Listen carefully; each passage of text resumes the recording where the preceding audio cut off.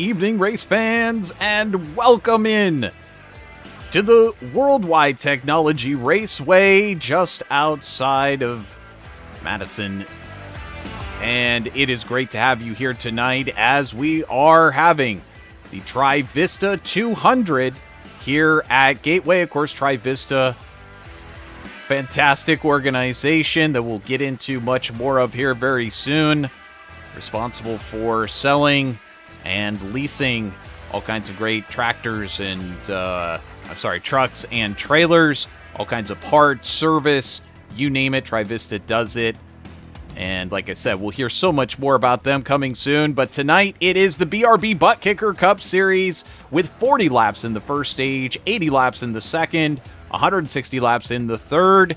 We are just 3 races away from the end of the regular season in this inaugural first season. Of course, I'm Trevor Greenfield, and joining me tonight in the booth, so proud to have him back, it's Kalen Davies. Kalen, welcome back to VirtualRacing.Network. What do you think we have in store tonight here at Gateway?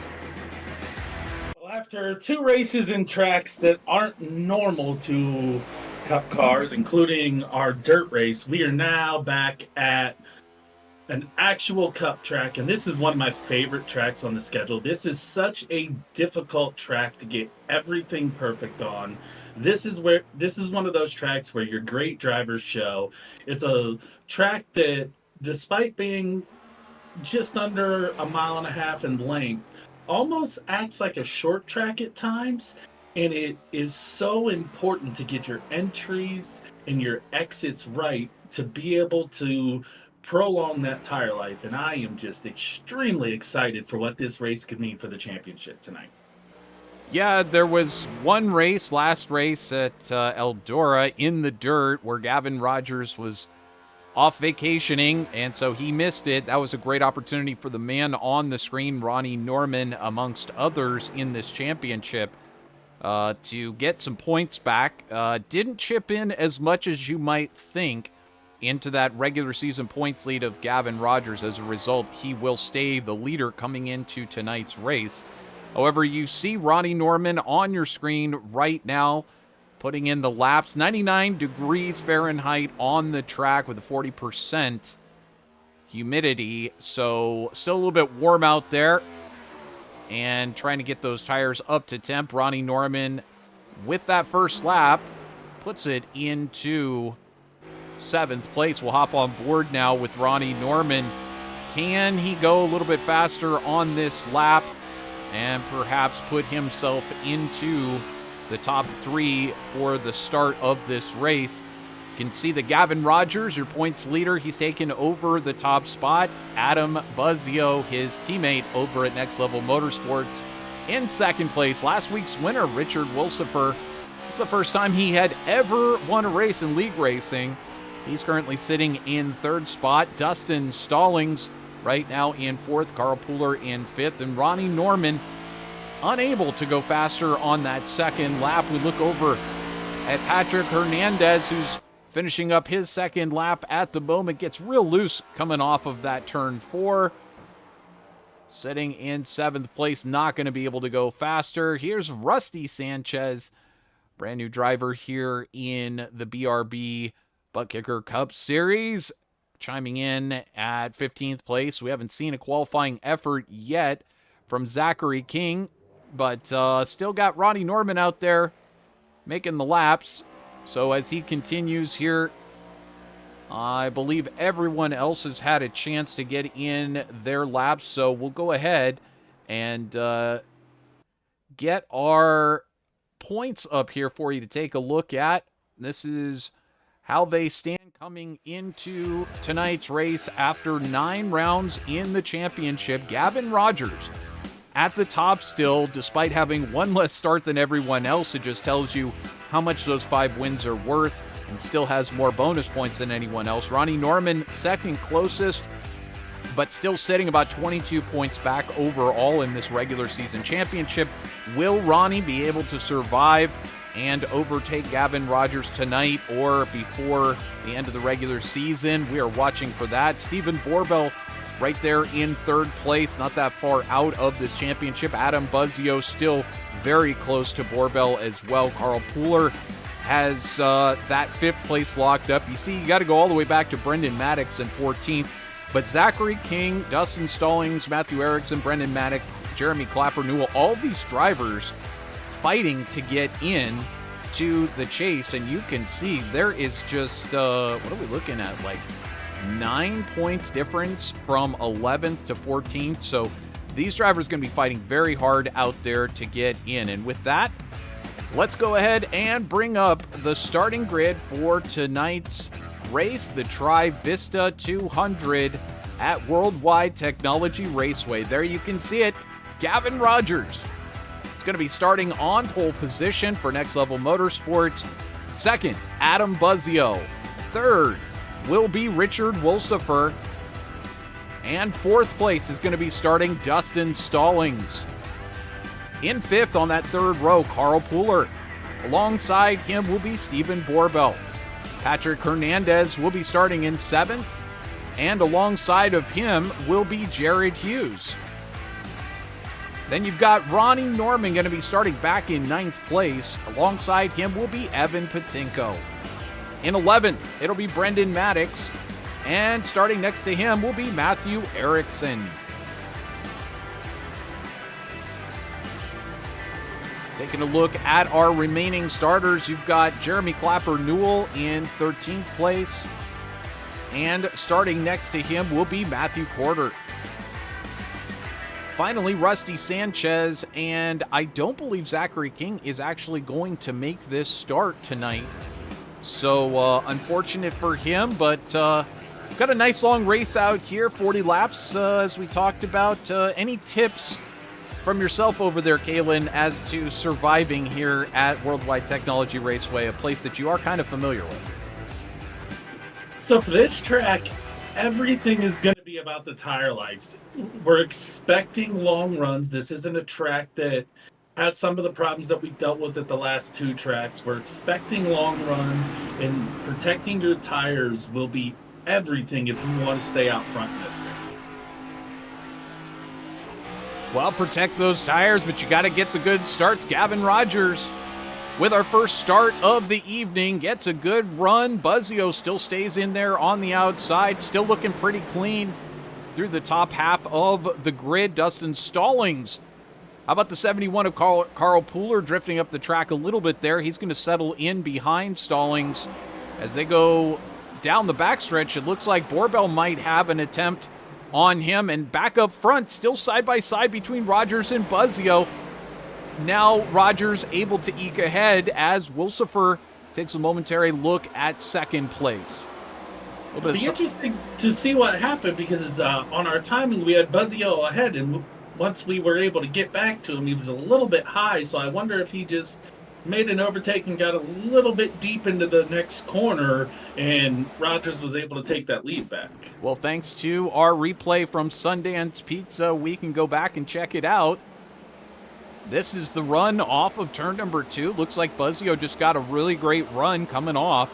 It's one of those places where if you can trap somebody on the inside, you might get a better run onto the backstretch, but right now, not as much grip up high, and that left Adam a little slow to get through turns 3 and 4. But back up front now, Gavin Rogers, your leader, able to pull out a few car length gap over Adam Buzzio. There's Richard Wolsifer sitting in third place, last week's winner.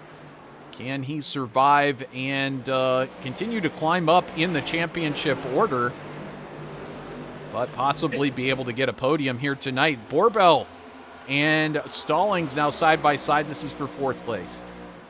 And Wolsifer has been a solid running car, just hasn't been able to break through to that win. So you wonder if that's going to give him some momentum going forward, to where he feels like he can now compete for this championship, because he is inside the chase as points stand now. Definitely. He's, you got to get those bonus points. So you really want to be there in those top positions at the end of each one of these stages. How about Carl Pooler fighting for position there? He's in sixth place. Ronnie Norman has moved up a couple of spots from ninth. now sitting in that 7th spot. Norman trying to take a look at the backside of Pooler there. Hey, by the way, big shout out to everyone joining us over in our YouTube chat room. Donna Lee saying, let's go, Gavin. It was a bit lonely for Donna last week, not having Gavin in the field to root for. But as we take a look ahead, looks like Pooler able to hold off Steven Borbell for that position. Now taking over 5th place, which is where he qualified once again. And momentarily fending off Ronnie Norman back there, who slots back into 7th place. And Pooler definitely having a really good run early, qualified well, and he looks like he's prepared to compete with these top guys today. He is prepared. Wilsifer, ahead, has been a long time coming to get into that victory circle, but I think there's a number of others. Pooler, Borbell, Dustin Stallings has made a name for himself. Even Patrick Hernandez, another driver you can't really take your finger off of saying he might be able to put it into victory circle. Brendan Maddox has been up and down the racing order. He's yet to really get the type of finishes that he's capable of based off of his speed, but right now he's hanging back there in 8th, racing side by side with Ronnie Norman, who stays on that outside lane, and he's going to try to hold it through the corner off of turn 4. Maddox was a little bit hard on himself after last week, so it'd be nice to see him get a good, solid run this week. He's had 2 weeks in a row of a little bit of rough time when he needed points. So let's see if now he's able to build a little bit of momentum, have a nice, safe race where he's able to get good points and start to rebuild that momentum that it looked like he had before the last 2 races. Well, he's unfortunately been getting caught up in some different incidents over the course of these races, and as you know, a lot of these times it's just not your fault. You're just in the wrong place at the wrong time. Right there, he kind of drifts up the track a little bit, gets very close to Ronnie Norman, but fortunately, if it's any consolation, iRacing releasing an update today that potentially has fixed some potential netcode issues where the driver's racing into the corner. It may have improved the accuracy with the way that they find the steering angle for the cars going into the corner. So hopefully a little bit less netcode out there, and as a result, you race a little bit closer into the corners, not be quite as fearful. Wow, right there, it looked like Jared Hughes going right up the track, having a lot of brake issues there. Yeah, not sure if he outbraked himself in the corner or just the movement of Maddox caught him a little bit out and he overcorrected a little bit. But definitely sent it a little bit up the track. This is heading into the corner here. Looks like Maddox, he kind of wasn't expecting Maddox to brake quite that much. He started to drift down the track and try to take evasive action. Move back to that live picture. And as we go through these runs, we have a spinner right there. Patinko managed to keep it together, it looks like. Wow, definitely looked like he was going to lose it, and he's still losing it.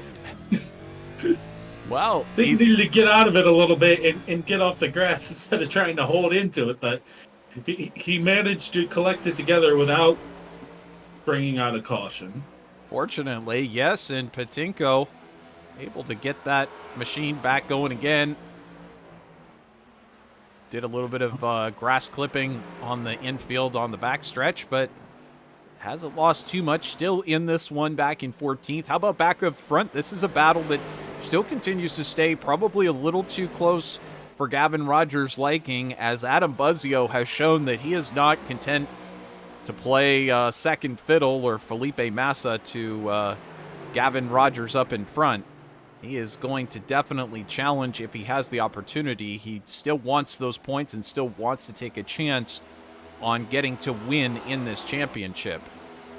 Well, and that's a good thing with having the point buffer that a couple of the guys in front have, to where if you go for it and it goes wrong, you're not going to lose your chase spot.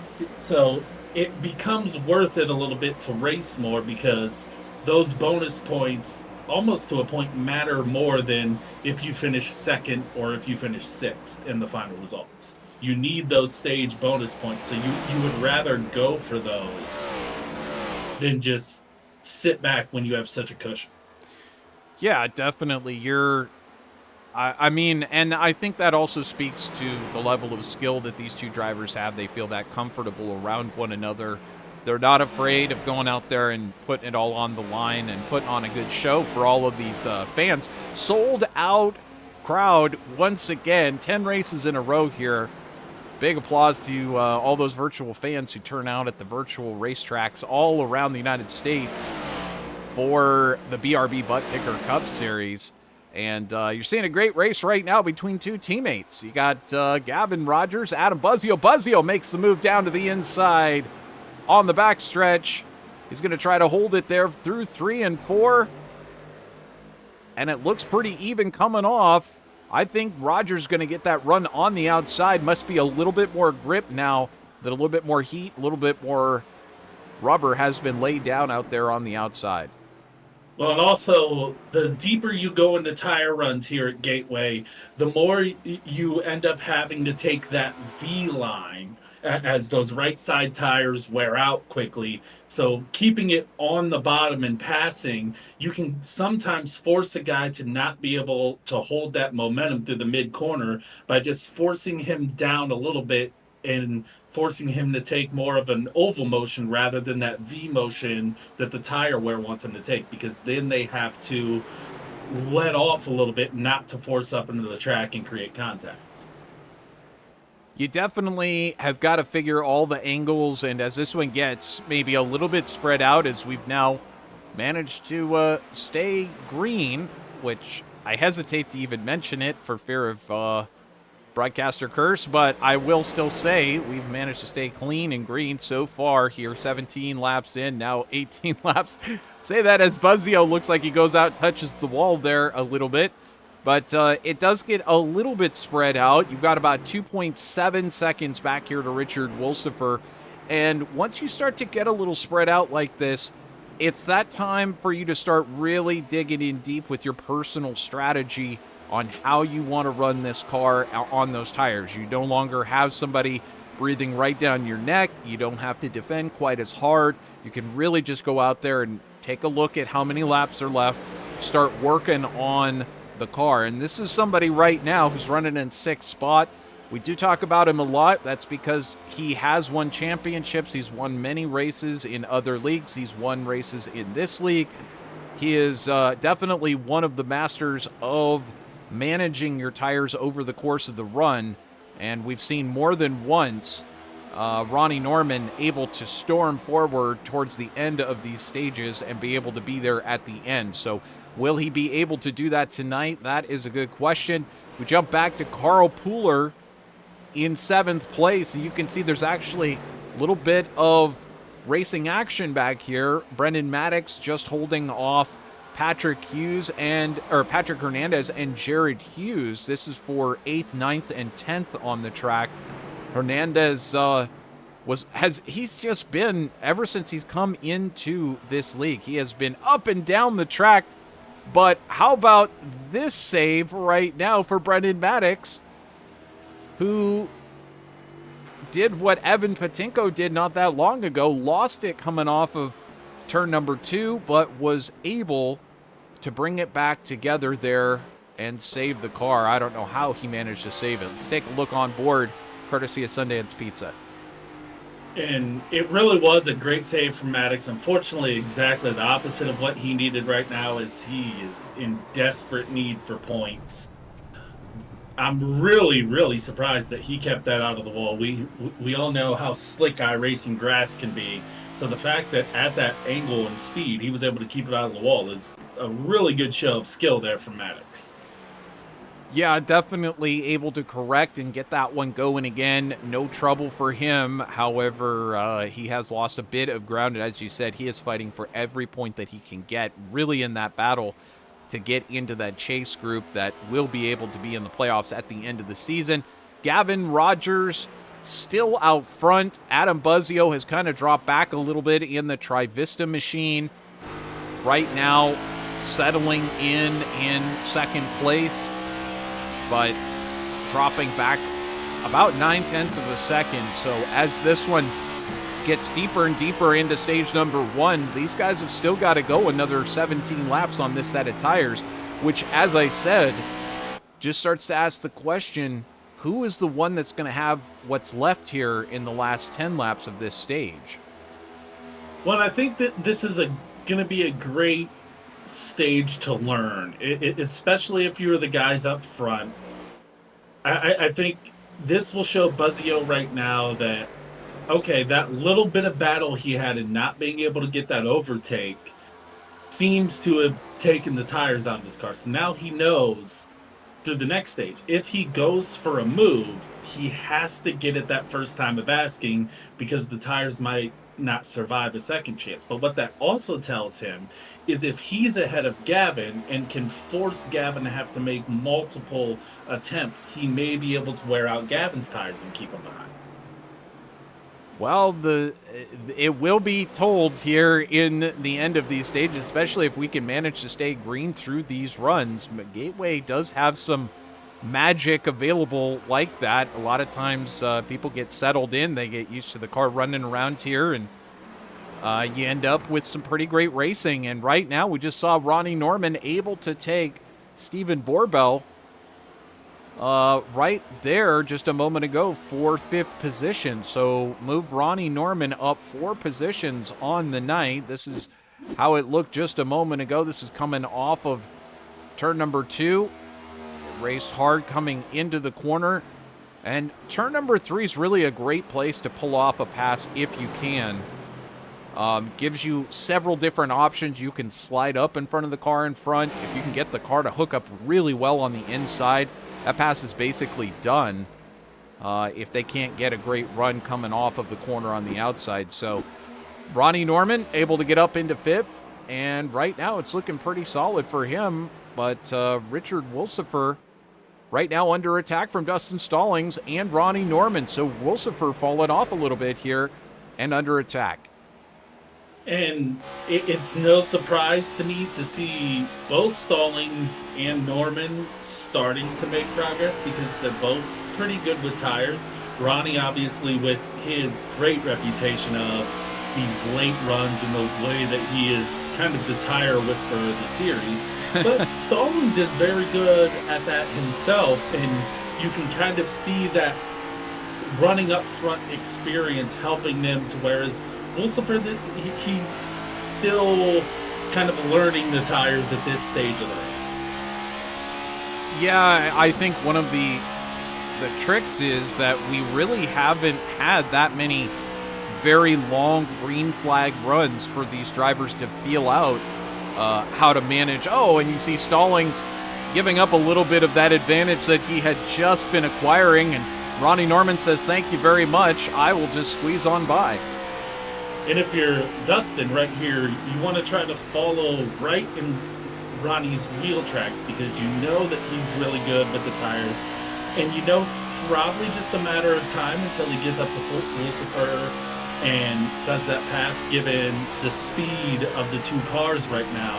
So you're going to want to try to follow Ronnie through and pick up on the lines that he's really making work right now. Yeah, definitely. You want to follow. You want to see what's working for Ronnie, because honestly, that's always been one of the best ways to go about it. You just try your best to follow the faster drivers in front of you, or at least the drivers that seem to have the best lines figured out later into the stints, and you just try to pick up. Are they clipping the apex on entry a little bit more? Are they higher on exit? Are they lower on exit? Are they running that middle groove? Where is this guy able to hold on to his tires a little bit better? And we'll see whether Dustin Stallings can pick up any tidbits from Ronnie Norman, who has managed to now climb his way into 4th. And it's taking a look at Richard Wilsifer. I'm wondering how long it will be until Norman plants his nose in there for 3rd spot coming up here pretty soon. And what I'm already noticing watching the attitude of these cars in this late run is it seems quite a few of the cars as it gets later into this run, that back end is stepping out more and more, especially coming out of turn 2. So that's going to be something as we get into the later stages with more laps that we're really going to want to pay attention to is how these right rear tires are affected by these long runs. Definitely the case. And you can see Rusty Sanchez there, the new drivers in the league, falling back now a lap down and going to stay out of everyone's way on the high side. But the tire management, it's always a big factor. Is it going to be the factor here tonight? Well, I can tell you that if it is the factor, Gavin Rogers and Adam Buzzio, who are in the top 2 spots, seem to have it pretty well figured out. Gavin Rogers right now opening up a 3-second gap over Adam Buzzio, and then Richard Wolsifer back another 4.6 seconds. And you see how close this battle is. Ronnie Norman going to try to stick it on the outside. I think he was just trying to take evasive action there. It looked like Wolsifer kind of slowed a little bit too much going into 1. Yeah, and I'm actually really, really surprised Stallings didn't get into the back of Ronnie there because they all got a little sandwiched up there in the middle of that corner. Well, tight racing here at Worldwide Technology Raceway, formerly known as Gateway. And Ronnie Norman is right now your biggest climber in this race, up 5 positions from where he started. He's got Richard Wolsifer in his sights, but he's already given it 1 lunge and almost bought the farm. We'll see whether or not he can avoid Wolsifer and take another lunge here coming up. About another 5 laps to go in this first stage, and then we'll re-rack him and send him back out there and get this one restarted once again. Ronnie Norman still holding on here, but we've got another driver to focus on here. This is Carl Pooler for Limitless Esports. He's holding on in 7th place. He's dropped 2 spots from where he started, but he's been clawing into Stephen Borbell's lead just a little bit for that 6th position. So it's not all done and dusted here with 5 laps remaining for Carl Pooler. And then still very close is Jared Hughes. Hughes had that scared not that long ago in the very beginning of the race, and he had to drop back a few positions. But right now, he is able to stay with Carl Pooler and perhaps able to look at making a move here before the end of the first stage. Nothing has changed, though, with this trio between Wolsifer, Norman, and Stallings, still sitting 3rd, 4th, and 5th, as Gavin Rogers just cruises in front to potential stage victory, barring some sort of unforeseen event. And I think what's really helping Wolsifer right now is while he is definitely slower than Norman, he does a really good job of V'ing off the corner and being able to get that low hooked up entry to get good drive out of the corners. And it's really hard for Norman to then beat him down the straight and get a good entry into the next corner. As you'll see, he gains on him, but then that drive out of the corner right here, Norman just can't quite match that. So even though he really pulls up on a mid-corner, he just can't get that drive out of the corner to get by Wolsifer. He's doing it. You can see Norman experimenting with different lines, trying to figure out the best way to do it, because the typical line that you would take really isn't going to help him in this situation. Yeah, looking up there to Wolsifer, it looks like he's trying to diamond the corners. And what that's doing is it's slowing him down mid-corner, but he's able to get a better apex and run off in both turns 2 and 4. So he's taken a similar approach. You'll watch him, he'll clip in lower on entry and be able to ride up like even higher than mid-groove. It'll slow him up, and Ronnie Norman gets stuffed up a little bit. But then you see that run that Wolsifer gets off the corner, and Norman unable to stay in the draft there coming off the corner. See Stallings pulling up on the outside. It actually got Norman a little loose there trying to stick with Wolsifer coming off the corner. Yeah, you get up in that ugly air at a different angle than the car in front of you, and with the fact that we've already seen the back ends wiggle a little bit, we've now seen that a couple times for cars following Wussifer, so you wonder if it's something to do with his line is really making their exit of that corner difficult to maintain. And I mean, it does cross over in front so that the air pocket, of course, moves across the front of the nose, lessening the amount of downforce that you have exiting the corner. And it doesn't matter what series you're talking about. It's so funny how, and by the way, that will be our first stage there as soon as the yellow comes out here. That will be our first stage. There we go. For Gavin Rogers, Adam Buzzio, Richard Wolsifer will hold on to third place. But it is so interesting across all of the different series that run here, including IndyCar, the handling is almost identical. You're going to get loose off of turn 2 if you're going to get loose anywhere here. Very interesting to see how similar they are. Gavin Rogers, though, extending his championship lead. Will this be his night once again here in the BRB Buttkicker Cup Series?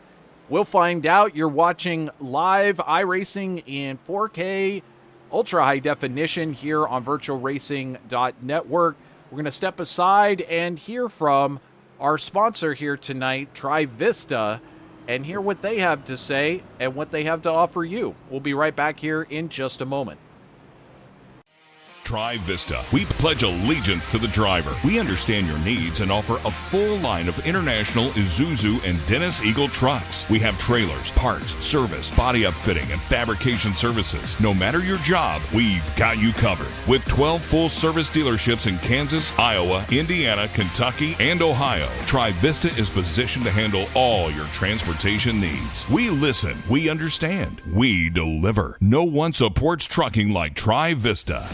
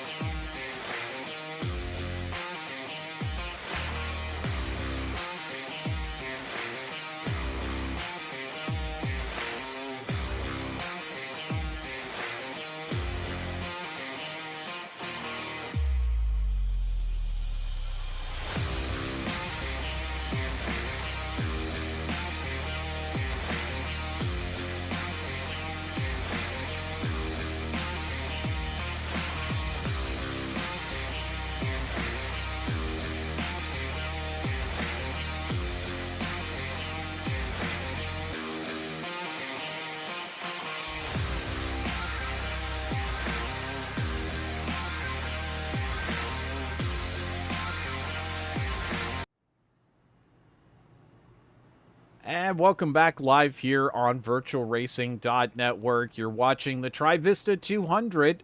And as you just heard, Trivista, of course, formed mid-2017 with 3 different dealerships coming together. And as a result, 156 years in the trucking industry, offering new and used trucks and trailers for sale, featuring also Idea Lease, which is one of the additional sponsors here, the BRB Buttkicker Cup Series. And that is for those who would rather lease their tractors and trailers In addition to tractor sales, Trivista features parts, service, and much more. Find their parts on eBay or shop on the website to learn more. That's trivistacompanies.com. And as we went to commercial break, you could see there in the background, Kaylin, you said there were some changes there in the pit road. Yeah, on the pit stops, which Gavin Rogers kind of lucked out a little bit because he had a gap coming into the pits, but both Rogers and Buzzio overshot their pit stalls and had to back up, which gave room for Stallings and Wolsifer, who had great pit stops, to jump out ahead of Buzzio. And I believe Norman is also in that pack that got ahead of Buzzio. Indeed, he's going to be restarting, but Norman will in 4th place compared to Adam Buzzio in 5th. We'll see how all this works out. Gavin Rogers going to be starting on that outside line. That's the line that Buzzio's going to be on, and this gives Dustin Stallings the inside line here coming into turn 1, and that's really the preferred line unless Rogers can open up a lead by the time he gets down to turn 1. So we'll see how all of that plays out. It's been a fantastic race so far. Ashley Pooler says, let's go, Carl, number 71. You betcha. Carl doing a good job right now, sitting in 6th place. Everybody, let us know how you're doing out there in YouTube land. Make sure to give you a shout out on the air. Green flag back in the air. Gavin Rogers takes a solid lead into turn 1. No question about who's going to lead exiting turn number 2. Yeah, Gavin got an absolutely wonderful jump, and outside, inside didn't really matter there. He was able to clear everybody way before the corner. It looks like we have Maddox in the grass. Maddox is in the grass, and that will bring out the yellow flag. By the time our cameras got to him, it had already kind of settled down, but let's take a look here at what happened from Brendan Maddox. Looks like Maddox is down on the strips, and does he get tagged? Yep. Another Maddox getting caught up in somebody else's accident. Indeed. If this man has luck, it's bad luck, it seems. He just can't catch a break right now, and you feel terrible for him. Well, and it's Erickson who also needed points to get into the chase. He gets up high. Cold tires exiting turn 2. Car just starts plowing like a dump truck. Hits the wall on the outside. Comes back across like a ping pong ball. Takes out Brendan Maddox. Let's see if we can check that one out from Maddox's point of view. This is what he saw in the cockpit. Thanks for wearing our visor cam out there, Brendan. We appreciate it. Your check is in the mail. There he goes up. And he just doesn't even see the hit coming, honestly. Just gets tagged and up there in the wall. Yeah, that's one of those incidents where you know nothing about it until you're involved in it. And shame for Maddox, because it's yet another case of something that he didn't cause or wasn't at fault of, that he still gets caught up in and really hurts his race. Yeah, and he'll have to take on some damage repair. You see Stephen Borbell with some damage as well. We saw a couple of cars go up and kind of smack the wall there. I wonder if that isn't caused from that going up there and hitting the wall on this restart. And there, Matthew Erickson, you can see a similar mark there above the right rear tire on the Hydro Peak logo. Looks like it has scraped a bit of that off. So taking some damage repair, and as a result, they're going to head it back out there. Gavin Rogers, though, had a great lead back into turn number 1. And right now, he's got about another 32 laps to go in this stage. 31 or so by the time that we get going again, to hang on and collect more points for his regular season hopes of getting that championship. So with that, we're going to step aside one more time here. We'll get a chance to pay some bills, and you'll get a chance to find out about the Butt Kicker, which is another one of the great sponsors here in the BRB Buttkicker Cup Series. We'll be right back here on VirtualRacing.Network.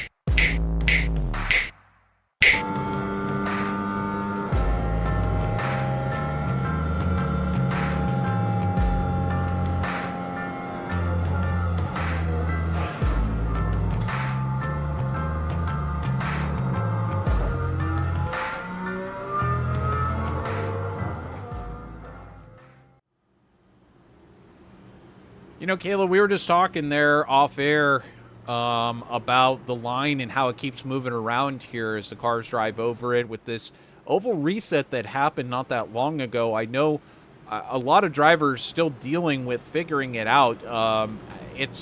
The line has already moved here in the first 50 laps of this race. It's gone up and down the track. You saw the diamond shape working for Richard Wolsifer there for a little bit. Ronnie Norman not able to take advantage. It's definitely been a factor so far.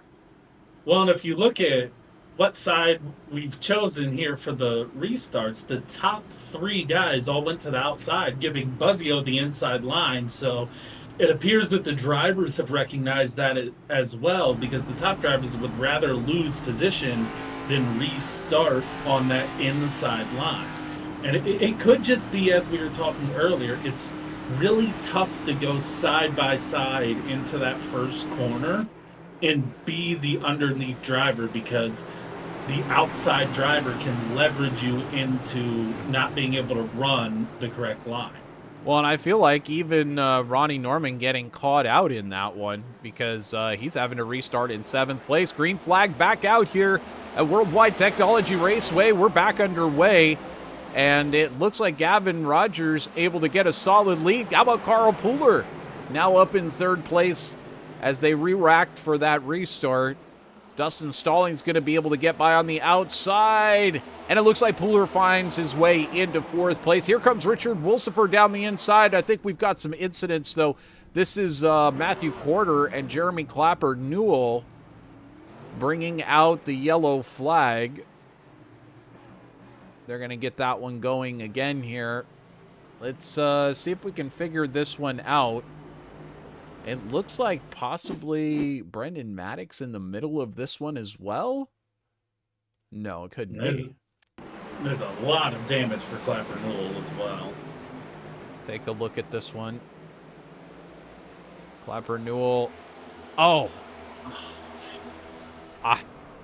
I cannot say whether or not that was how much of that had to do with Brendan Maddox, but it certainly looked like Clapper Newell got into him there as they're coming off the corner. Perhaps with the nose view, we can see a little bit easier. You're going to see Brendan Maddox there on the inside. He's going to drift up in front of Clapper Newell. Newell back on the gas. I just don't know. I think Maddox kind of started to correct that car. We'll see if we can jump back here, take another look here at how this all went down for Maddox. And perhaps if we get inside the car, we'll be able to tell a little bit easier what the hands were doing at the moment. So this was with Maddox coming into the corner. See Clapper Newell back there in the mirror. Comes off the corner. Yeah, he just gets loose coming off the corner, has to correct back up the track, and really nowhere for Clapper Newell to go. Yeah, and that's just one of those unfortunate for both the drivers, because that's something you're probably going to catch. But if you have someone directly behind you, there's nowhere they're going to go except for into the bumper and spin you around. Now let's see what Matthew Corder saw. He got involved into this one as well. He can see the 2 drivers primarily involved up there, Clapper Newell and Maddox. And he's riding around behind. He tries to take evasive action, but not so fast, Matthew Corder. And he comes to a complete stop there on the backstretch to get rolling once again. At least he was able to manage to keep it out of the wall, but that was that's one of those where you just kind of floor it and hope that you're fast enough to get around. So Maddox going to bring it into the pits here. I think he has to wait there for the other drivers to go by on the outside lane. I'm not sure who he was waiting for, perhaps Clapper Newell to go by there. But he's going to drive down, take a little bit more damage to repair. You can see the front end on that thing, a little arced in the middle. That's not supposed to look like that, no matter how cool it looks. And so we're going to take a moment here. Oh, no, actually, we are going to bring it back here live. We're going to bring it back to the green here on this lap, so we'll stay with it. It'll be interesting to see this restart. Last restart, Stallings had a absolutely terrible jump on the outside, and you kind of wonder if Buzzio and Rogers, the teammates, doing a good job of coordinating their restarts inside and outside, were able to create that gap to the guys following behind, and that's why Buzzio took the inside lane, even though it's not the preferred lane, because he knows he can scoot up right back behind Rogers if they time the restart well. Yeah, and obviously now they get to gang up on it as teammates. They get to call it out over the radio, but Dustin Stallings with a great run on the outside. Is he going to be able to hold going into the corner? Stallings still there in that number 10 machine. He's going to hold in tight there. See Buzzio on the inside. He'll get held down. Stallings with the run on the backstretch. Is Stallings going to be able to prevail into turn 3? No, he just kind of lets Adam go. Is he going to try to size him up for another run coming through? And you see, it looks like Wolsifer and Pooler now battling for that 4th position just behind. And what a great run from both of these guys, having good races. They're not up here by accident. They have both been fast all day long, and it's really good to see these guys doing so well today. Well, Patrick Hernandez now starting to make an appearance up towards the top 5. Evan Patinko, having recovered very well from his earlier moments, able to get it back together, as you see up in front. I think Norman's on the inside here, yeah. Norman on the inside of Hernandez. There goes Norman down the inside of Hernandez, or does he? Hernandez with that outside line run. So that outside line is really starting to work for these drivers. Oh, and that, we're going to call that the Trevor Curse right there. Yeah, Hernandez was doing great until I talked about him. Perhaps he's got the broadcast going on the side. Not the first time and not the last time, Caleb. Yeah, you know that we're guilty of that sometimes. We talk about a guy and then right away just some bad things happen. I had it with Maddox 2 weeks ago, and I still feel guilty that part of this stint for him is because I talked about how good he had been for a few weeks. Yep, that's the way she rolls here on VirtualRacing.Network, but fortunately a single car incident here. Now let's see what it looked like, as I believe it was Clapper Newell who came through this one not very far behind. It might have been Evan Patinko. Yes, it was Patinko here. And you'll watch, maybe it was Clapper Newell. We lost it there, but one of these drivers coming through the corner there, you can see it.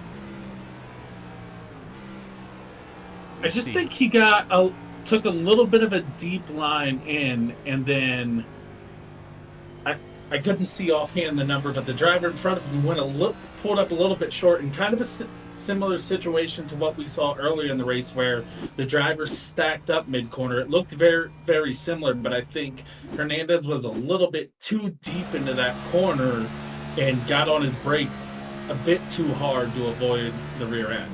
Yeah, I believe that's Borbell up in front, and I think maybe a little bit of target fixation on Borbell's rear there. This is one of those tracks, I think we talked in post-race interviews last week with Adam Buzzio. He said this is like his favorite track. It's one of those weird tracks where for some drivers, it's a very polarizing track. Some drivers could just leave this track and never race at it. Other drivers just really latch onto this track and love it. I have no idea why I'm so good at this track. I have zero idea, but it just connects with me. The two different corners, I seem to race it very well. And really what I've seen time and time again, I've seen so many different patterns of behavior that happen at this particular track. It's really funny. But one of those is how people get the braking distances really wrong of the cars that are in front. I don't know why it is, but they assume that they can go deeper into one than they really can. You really have to break that car down, even if you're driving an Indy car here. It doesn't matter. Closed wheel car, open wheel car, does not matter. You have to break the car far more than you really think you have to at this track.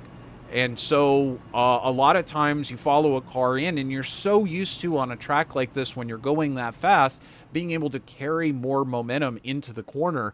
And it's just there's something that disconnects here at this track with turn 1 and turn 2. You really have to get out of the gas, really have to get onto the binders and set the car up for turn 2. It's kind of a backwards way of thinking where normally you are braking down for turn 1, but you can roll back into the gas very easily coming into the early part of the apex towards turn 2. Here, you're really just kind of staying out of the gas until sometimes even well after the apex of turn 2. It's a very tricky track, and with the varying different lines that drivers can have here, as we've seen the diamond, we've seen the early apex, we've seen the late apex here. It's kind of, you're just guessing what the driver up in front is going to do. They may have done the same line last lap that they're going to do this lap. They may completely change their line. It's one of those things you've got to stay on your toes and really just make sure that you don't hit the car in front. Well, and one of the very important things, and I think it's what we saw there in the last incident, is going into turn 1 and coming through turn 2, there's two very distinct lines that we see being used. There's the diamond off shape, but there's also this late entry on the high side that comes down to where you can get a very tight exit. And it looks like from that vantage point that one of the cars in front, I believe it was Pooler, took the diamond route, and the two cars behind him took that late entry, and they kind of meet up in that middle corner. And if you take that late entry, you're carrying so much more speed, and if the driver in front is taking that diamond, you're carrying that speed into where they are the slowest on the track, and it can lead to incidents like that, especially if you overcook it a little bit. Yeah, that late apex that you're talking about, which gets you a tighter exit.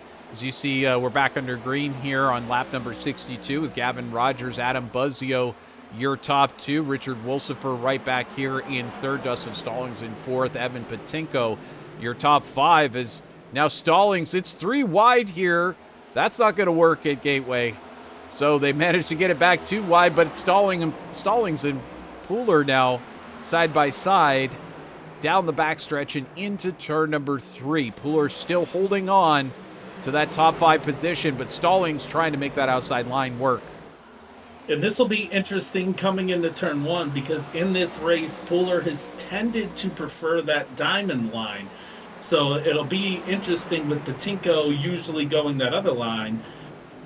If we get a little bit of stack up there, it looks like that time Pooler stuck to the outside line, and we didn't get that stack up. And we see Ronnie Norman now trying to come back up through. He's the one who's kind of had the biggest drop off in these restarts, where he's now way out of position to where he came out of the pits. Yeah, honestly, I think if I know anything about the way that Ronnie Norman races, he does try to stay a little conservative. Either he's going to go completely all out on the start if he thinks there's going to be a lot of yellows, or if he thinks there's going to be a lot of green flag racing, he will go very conservative on the start. And it looks like that's what he's doing here, as the first stage went completely green.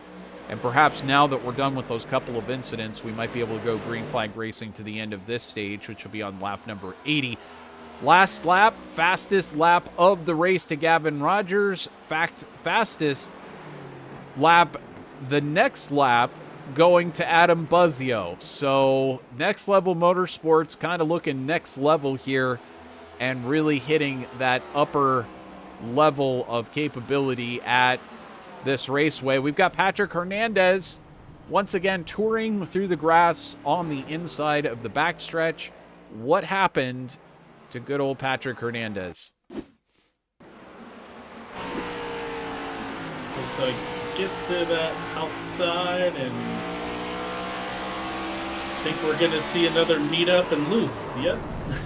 That was exactly what happened with Wolsifer and Norman earlier this race. The exact same thing. He got I think the thing is you're right on that edge anyway, as Hernandez now brings it down in the pits. A lot of damage on that machine. It's starting to get loose anyway, but when the car in front moves up and across the nose of the car that's following on that exit of the corner, really what you end up with is loss of downforce, and it takes what already is loose and makes it even looser. And at that point, you pretty much spin that one around, and there's no going forward at that point. Adam Buzzio, though, sitting here in second place. Richard Wolsifer in third. He has not drifted back very far. This is actually still quite a tight battle. And then you see this gaggle of cars back here, starting with Dustin Stallings in fourth position, Carl Pooler in fifth, Evan Patinko in sixth, Roddy Norman and Stephen Borbell kind of joined at the hip there for seventh place on the track. But I've seen Ronnie experimenting with a lot of lines, trying to, I don't know if he's trying to figure out better ways to get by people, or it's just him being very conservative with the tires right now. But he has been searching around for a few different lines. It seems like every time we're watching him, he's doing something a little bit different, to maybe just testing the wear and testing. We know it's a decently high temperature today, and if anyone's going to be able to manage these tires, it's Ronnie. Definitely, and I just think the Oval Refresh has really played some games with these drivers, and I don't know 100% about it. I haven't had a chance to do enough laps to really get a gauge. I mean, you'd have to do hundreds, if not thousands, of laps behind the wheel of one of these cars to really get a feel for how much it's changed these cars and their racing on the ovals. But from what I have seen, some of the tricks that may have existed with kind of managing the tires over the course of the stint may be out the window, because as the cars run over, and there's Clapper Newell in the wall. Just as we were watching along there, Clapper Newell overcorrects coming off of turn number 2, and that will bring out our yellow flag. Jump back and take a look at this one. It looks like he's on that high line there. What? That was a bit of a weird one right there. It really kind of was. That wasn't what I expected it to look like. I figured it would be a little bit more of the back end coming around. I wonder if he just felt it and overcorrected a little bit. Well, you hear him get up on the gas, and really, I think he may have just given it a bit too much gas.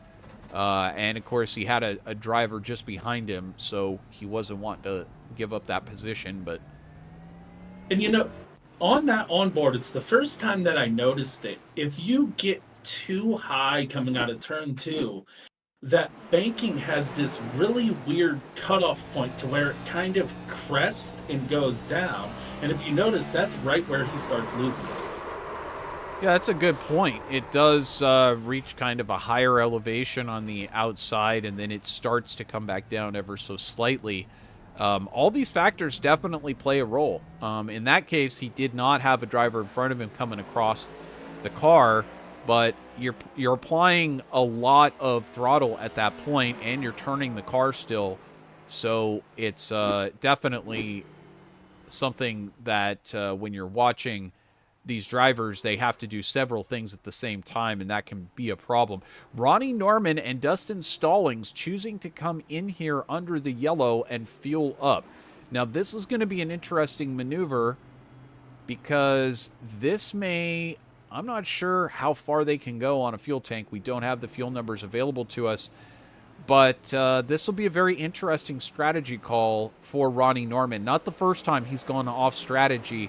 Of course, he did so famously and was able to win one of these BRB Buttkicker Cup Series races earlier this season by doing exactly that.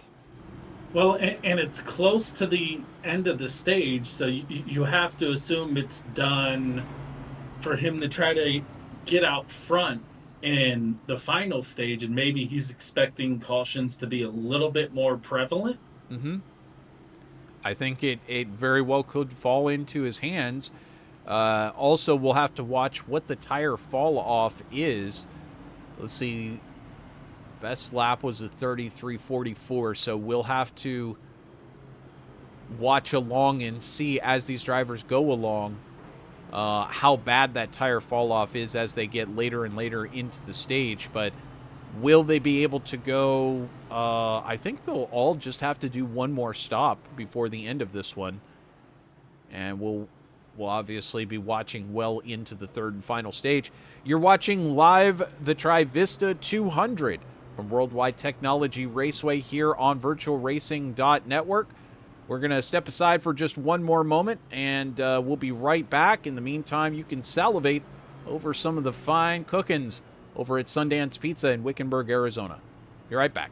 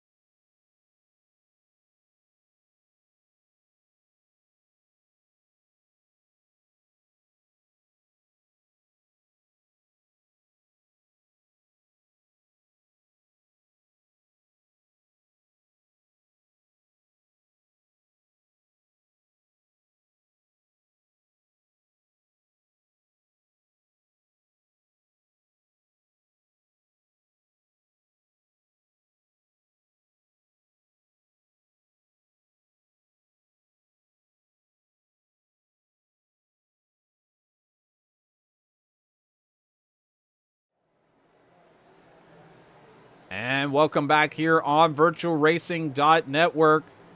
This is the treacherous Worldwide Technology Raceway with a very treacherous turn 2. Commercial break there, we were just talking about how similar this track is in its treachery there off of turn 2 to like Texas, Kaylin was mentioning, and that's a great point. You got this drop-off in elevation, a little bit of a decreasing radius there. And also Old Phoenix, before they changed it around, similar in how treacherous it can be off of that turn 2. You just have to make sure you get it right. You don't try to throttle up too much coming off of the corner, and you watch for the downforce side of things, because really easy, especially as the tire wear starts to become an issue in these cars, or early when the tires are still cold. You just got to make sure that you get that line right through turn 2, at least the first few laps, and then as the tires start to settle down. Yeah, you almost kind of have to pedal it over the little hump there, because if you're on acceleration over that hump, it just seems like that back end is going around. Well, right now, it looks like Gavin Rogers is out there in the lead by a sizable margin, taking about a half a second over Buzzio. Richard Wolsifer now sitting in third. Just 3 laps remaining until we get to the end of stage number 2. Wow! Borbell and Pooler almost get together off of turn 2. Here comes Borbell down the inside of Pooler. Yeah, it looks like Pooler got a little bit off the wall and came across Borbell, and he did a great job of not spinning both of them, honestly. Borbell able to take that position, now up into 4th. Pooler back into 5th place. One of the better runs so far this season, a top 5 for Carl Pooler. We'll see whether he can hold on to that one here as we get through the first half of this race. Up front, he honestly deserves it for having such a great paint scheme this week. That car is absolutely beautiful. Yeah, you got it. It stands out. Beautiful. And it's got that metallic flake on it. Really nicely done by the folks over there who put that paint scheme together at Limitless. Oh, it's Sim Wrap Market. Well, that explains things. Of course, simwrapmarket.com, one of our sponsors here on VirtualRacing.Network for the BRB Buttkicker Cup Series just a couple of races ago. Actually, that was last race, down and dirty. Yeah. Same. And great evidence of why you should be using Simram Market, because one of the best cars on the grid today has a beautiful paint by it. Yeah, and I it's think he left a little bit of it on the wall there. there you go. Certainly fast enough to take 5th place. I think in this stage, we'll see whether he can hold on to it. This is the closest battle right here between Pooler, Hughes, and Stallings. This is for 5th. Hughes now into that 6th place. He's going to try to take a shot at Pooler coming into the corner. Doesn't quite have it. He'll take the early entry, ride it up a little bit, try to get a good run off the corner. He'll drift out wide. Not able to get as good of a run off the corner as Carl Pooler is. Pooler will hang on to 5th place in that second stage. Pooler has been really, really impressive today. The way that he's been maintaining with this pack, it hasn't been the easiest race. This isn't the easiest track. And he's just maintained consistency, not gotten in messes. And if you do that here at Gateway and take care of your tires, you can get a top 5. And I have seen that the case so much. Tricky tracks like this are really the ones where you do just want to employ that. Stay consistent, stay out of the incidents, and you'll end up with a top 5 approach. Carl Pooler, 5th place. Borbell, 4th. Richard Wilsifer looking strong after winning last week in the dirt. Here he is with some added confidence this week, holding on to 3rd place. Will he be able to podium this race? Will it be Next Level Motorsports 1, 2, and 4th? Or will someone be up here to break this up before too long? Don't forget, Ronnie Norman did, of course, already pit. So we'll see how this all breaks out on the other side of this break. Be right back here on VirtualRacing.Network. Don't go anywhere. Trivista. We pledge allegiance to the driver. We understand your needs and offer a full line of international Isuzu and Dennis Eagle trucks. We have trailers, parts, service, body upfitting, and fabrication services. No matter your job, we've got you covered. With 12 full service dealerships in Kansas, Iowa, Indiana, Kentucky, and Ohio, Trivista is positioned to handle all your transportation needs. We listen, we understand, we deliver. No one supports trucking like Trivista.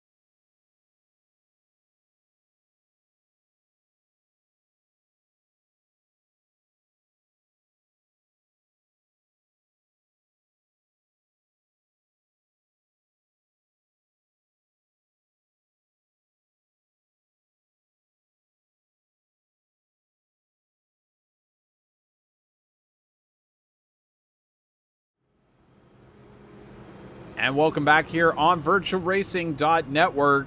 You saw it all happen there under the stage break. Dustin Stallings and Ronnie Norman able to stay out there on the track in the lead, but Ronnie Norman did come into the pits there and top off fuel. And if we take a look, let's see if we can get this to work, but it's not going to give us the time close enough, I don't think. Let's see if we can change some things here and maybe get this to work. But basically, the fastest guy in the box was Ronnie Norman, 4.93 seconds. What that means is he just topped off fuel. Everyone else taking 4 tires as Ronnie Norman chooses the outside lane behind Dustin Stallings. So that's going to move him back into the 3rd spot, but still Norman able to basically pull off a fantastic strategy call, and as a result, he will end up able to restart at the front of this one. So kudos to Ronnie Norman, able to take that position. Adam Buzzio and Gavin Rogers will be starting on the inside as we head back here to green flag here in just a moment. Barney Flagman has the flag in hand. We're back underway here at Worldwide Technology Raceway. And a great jump for Stallings. We'll see if Ronnie Norman's able to hold it around the outside here, or if Buzzio and Rogers can get ahead of him. Because it looks like Buzzio was able to, but Gavin not quite able to keep Norman behind. And Norman drives down, hard down to the low line, right across the front. Oh my goodness, Richard Wilsifer having a problem back here. He slid sideways down to the inside. He'll recover, and he's very slow to get back up to speed. No yellow flags come out. Wilsifer had a great run going, now all the way back to 13th. And now Norman looks like he's getting ahead of Buzzio as he just not quite enough room to slide up. Rogers gonna give the push to his teammate here. Side by side, they were entering the corner. Buzzio slides up the track. He forces Gavin Rogers to have to slow up and take the inside line coming off the corner. Ronnie Norman moves back into 2nd place. And unfortunately, I think it was actually the push down the straightaway that got him a little bit too deep into the corner, and he wasn't able to get stopped taking that corner at a higher speed than he's used to taking it. It's, as I said, that turn 1-2 complex, really tricky. Much easier to figure things out 3 and 4. Wow, Ronnie Norman almost takes out Dustin Stallings as Stallings tries one of those alternate lines through the corner. Norman, not expecting it, gets in a little deep. Gavin Rogers gets back around him, back into 2nd place. Norman back into 3rd. So I'll be interested to talk to Gavin about this post-race if he's in the podium spots. But, as we lost Stallings from the lead. Stallings having a big moment there. We also got Rusty Sanchez having a big moment. Stallings has to pull it down onto pit road. And that will really cost him here this race. And he's going to decide to bring it back across and not enter pit road. Oh my goodness. Not sure that was a great idea, and I'm not sure they'll look very kindly on that in race control. Well, this is what happened with Rusty Sanchez. I don't know if this somehow affects. There's Wilsifer in front. Just got loose. Basically the same thing that we have seen happen multiple times, though Sanchez goes up and tags the wall. Yeah, tried to keep a little bit too much speed in it and wasn't able to maintain control. Well, let's see what happened to Dustin Stallings, who had an incident really close to this time. Stallings up there in the lead.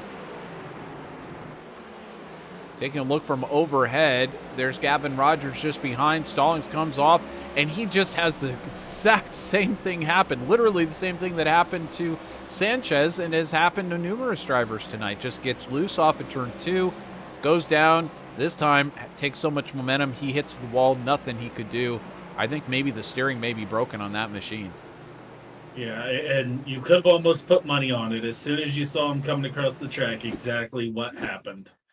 Here's what Evan Patinko saw. Drifts up the track a bit. And there you see Stallings heading off to the left. Oh, and it looks like he may, I don't know if he got help from Maddox. We'll have to look at that one more time from above. Yeah, that was a quick spin around. You wonder if he got help or just got way too high. Well, I believe there's some hard contact there, but... the only thing I'd want to see is his onboard to know, was he losing it before he got help? Well, of course, this is the type of stuff that Rev is watching out there each one of these races to see whether or not someone is at fault, but really tough to say there. Yeah, we've seen guys go high there and lose it, so I don't know if Evan was correcting down into Maddox or if Maddox just ended up coming into his side. We'll get a good answer here. Looks like Maddox just turned him. Yeah, Maddox just kind of came up the track a bit and perhaps got into him. So that's going to put Stallings down a lap now. Unfortunate for him. Big shout out over in our YouTube chat room going to Gentry J, Gavin, Tyler, go, Gavin, and Donna Lee, 1, 2, 3. Let's get it done. Go 77. Of course, that's Gavin Rogers out there right now, top of the board. He's been looking stellar all night long. But Ronnie Norman is in that second position. And sorry for cutting you off there, Trevor, but the point that I wanted to make before we had the accident for Stallings is on the restart, we had seen Gavin push his teammate in Buzzio, and Buzzio got a little bit deep into the corner. On the very next lap, Gavin did the same thing to Norman, gave him a push down the straightaway, and almost the exact same thing happened. So I wonder if Gavin realized by accidentally doing that to Adam, if then he could use that same strategy to his advantage with Norman. Well, clever things indeed. And I think it's all kind of playing out right now either way, with Ronnie Norman now sitting up here in second place, Gavin Rogers up in the top spot, Buzzio back in third. And we'll have to see. I mean, the bigger question now is with 63 laps remaining, Ronnie Norman has older tires than Gavin Rogers, but they're all going to have to pit on basically the same lap for fuel and tires. So if there's some yellow flags especially, we may see a complete reset to the point where Ronnie Norman and Gavin Rogers, Adam Buzzio are all going to be on the same strategy. But as of right now, no real advantage strategy-wise for Norman, even though he was able to take on fuel, so was everybody else on lap number 82. So as a result, Dustin Stallings, the only driver, he's actually a lap down, who's a little bit fresher on his tires and fuel at the moment, but not for much, as he's now 2 laps down to the rest of the field. Well, and the important thing for Norman is that they're only a couple lap older tires. We went green with about, 6 to go? So they are older, but they're not an extreme amount older. So if he's able to do his normal saving and take that maybe down to a 3 or 4 lap advantage as far as where the wear ends up, and maintains one of these top 3 positions, when we hit that next stop, whether that's under green flag or yellow flag, if he is still within contention on those tires, it's going to be an incredible strategy for him points-wise. See those 5 win markers just back behind the driver's side window You see Gavin Rogers now going underneath. I believe that's Rusty Sanchez to put him another lap down. But he's doing a fabulous job out there. This is, he kind of had a difficult start to the season, not going the way that he would have liked. Ronnie Norman coming in fresh off of next gen cup racing in other leagues and able to come in here like he hadn't missed a beat and able to take a couple of wins, including a couple of controversial ones, and that kind of irked Gavin Rogers a bit, the way that a couple of those races were won. And so these two drivers here, Gavin Rogers, Ronnie Norman, have some, let's just say, no love lost between these two right here, and a few comings together on the track. So we'll see whether or not that plays out again tonight. But Gavin has had a stellar night. This is several races this season where he has just absolutely cleaned up. And of course, he started on pole position here tonight. He took the first stage, took the second stage, and right now he has moved his number 77 Ford for Next Level Motorsports out there in front to try to claim it all. He's got 57 laps remaining. Ronnie Norman still staying within pouncing distance, but it is actually grown to about 0.6 of a second now between him and Gavin Rogers. 0.6 of a second also back to Adam Buzzio. And we've heard Ronnie say himself that he sees himself as kind of the cog to break up this great Next Level Motorsports podium every week.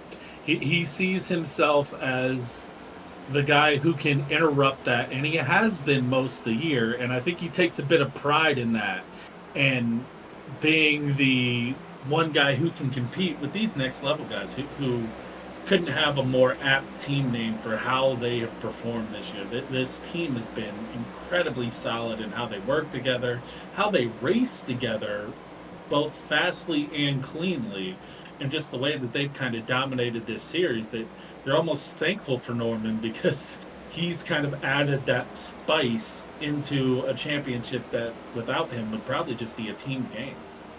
Well, I don't know if in particular Ronnie decided to race in this series because we were covering other series here on VirtualRacing.Network and then signed the agreement with Adam Buzzio and the rest of the team here at BRB Buttkicker to cover this series on Tuesday nights. He was racing, Ronnie was in another Cup Series that races on Tuesday nights, but he's got some future plans. I won't divulge too much of it, but he's got some future plans, and as a result, I know that this league kind of fit in the time that it started up and the time that it'll be finishing. So great for him to join in this inaugural season, and great for BRB to get a driver of Ronnie's caliber who's, again, he's been racing at the top level for some time in these various leagues around iRacing. Adam Buzzio, though, he is the head honcho here. He's driving the Trivista car. I'm sure he'd love to put that thing, being Trivista 200 here tonight, I'm sure he'd love to put it into Victory Circle, but that Victory Circle has been kind of elusive to Adam, just taking the one victory so far in 9 races. And it's been a lot of podiums. It's been a lot of runners-up. And I know it feels great to see that Next Level Motorsports team up there on the podium each and every race. But you know that Adam Buzzio would love to be able to take that top spot, even if it means it's taking it away from Gavin Rogers. Then you get back here to Steven Borbelt. Right now drifting about 4 seconds back. He's the other Next Level Motorsports team driving with Buttkicker on that car tonight. And Borbelt doing a good job. 4th place here. Solid, a solid effort from him. And now we've got a yellow flag. Not sure exactly what this is for. I know that Rusty Sanchez had just come out of the pits. Might be Clapper Newell who had an issue. We'll have to back it up and see if we can tell exactly what happened. Was it Clapper Newell with an incident? There goes Hernandez down to the inside. We do have a smoker up there, and it's Wolsifer who has a moment, goes and gets it loose coming into the corner. We didn't actually have a note that showed us who was responsible for this one. There, Wolsifer, as you can see, getting loose on entry to the corner, which is kind of an interesting spot to get loose on the track. And Hernandez and Clapper Newell avoiding there. Now, this yellow flag comes out. The leaders will come down onto pit road. Gavin Rogers, your leader, is now into the pits. He's followed by Ronnie Norman, Adam Buzzio, Stephen Borbell, literally everybody coming into the pits now, Kalen. And this makes Norman's strategy call look even better because now he gets to get in the pits before that tire wear really started to become a problem for the older tires that he had. Right, and this is going to give us about 45 laps on these tires, 46 laps by the time that we get going again. So we'll see, will anybody gamble with just 2 right side tires? Nope, Ronnie Norman out with 4 tires, as is everyone else. So nobody just gambling for that track position. Gavin Rogers back out in the lead. Ronnie Norman in second. Adam Buzzio in third. Stephen Borbell in fourth. And Carl Pooler hanging on to fifth. We'll be right back here on VirtualRacing.Network. Don't go anywhere. And we should have lots of great green flag racing to the finish here on Virtual Racing. Stay tuned.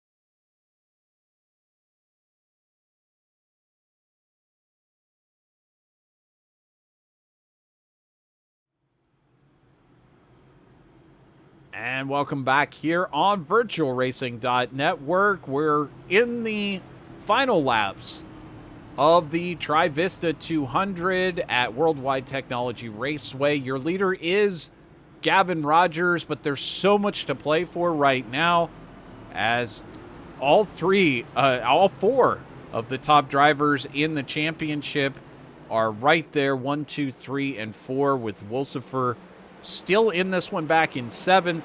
So it's anyone's race here tonight. Ronnie Norman gets onto the lead group strategy, so everybody is even going forward. Green flag in the hands of Barney the Flag Man. We're go here one more time at Gateway. We see another great jump by the next level guys. They are so good at that when they're at the front of the pack. Just being able to count down the start to each other and get a great jump on the guys behind. Yeah, they've got it timed just perfect, and that's what your real advantage of being part of a team is. Of course, big shout out to drivers like Jared Hughes back there, who is not part of a team. Dustin Stallings, Brendan Maddox, Rusty Sanchez, I don't believe are part of an official team, though we'll get that corrected if that's not the case. But these racers for Next Level Motorsports, they are definitely at the top end of their game. Gavin Rogers, absolutely the cream of the crop there at Next Level, and he has already opened up a half a second gap on Adam Buzzio. Ronnie Norman still trying to hang in on third place in this one. Carl Pooler right now back there behind Stephen Borbell, and side-by-side action is Richard Wolsifer. Goes around Jared Hughes now. Hughes and Patinko side-by-side into the corner. Patinko going to edge ahead. Now he's looking at the inside of Richard Wolsifer for that position. And I thought for half a second that they were going to try to take that 3 wide in that corner, which you just can not accomplish at Gateway. But thankfully, Hughes realized that he was heading straight to the scene of the accident if he held that in there and backed out.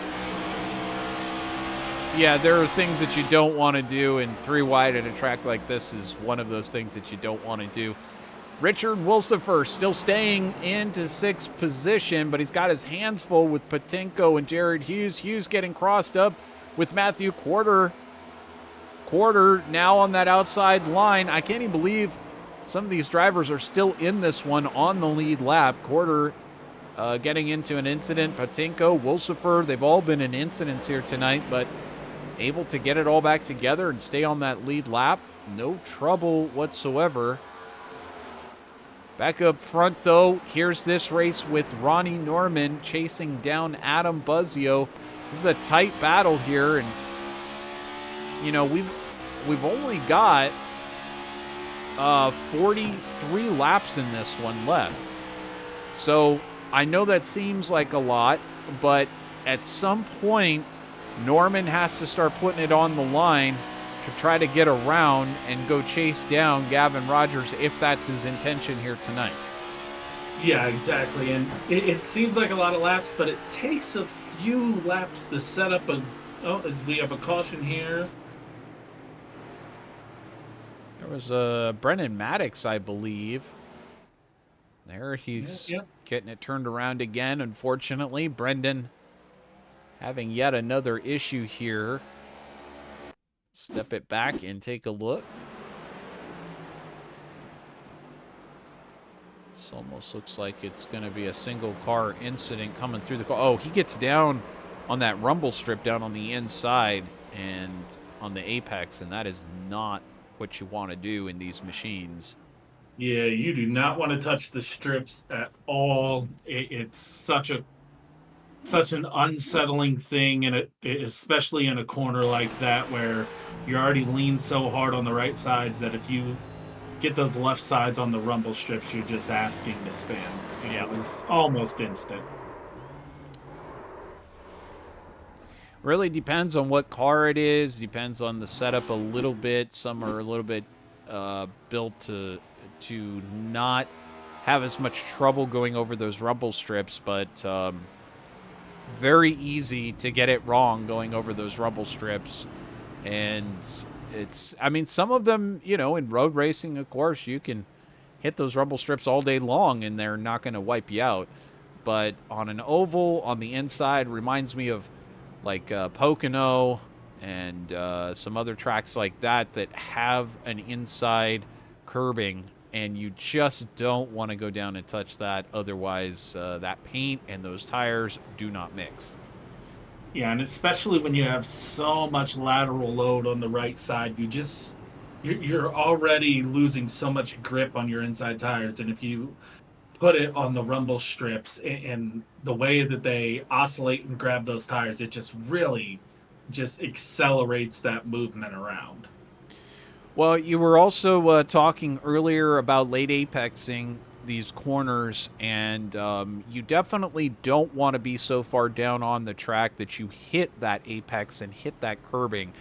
But late apexing into turn number 1 really does remind me of course, in road course racing, you use late apexing quite often. Unless you're in the defensive line, you generally are going to go a little bit deeper and cut the corner a little bit more on entry. So you go a little bit deeper into the corner, cut it, and then you're aiming for the far side of the apex so that you get a nice long run off of the corner.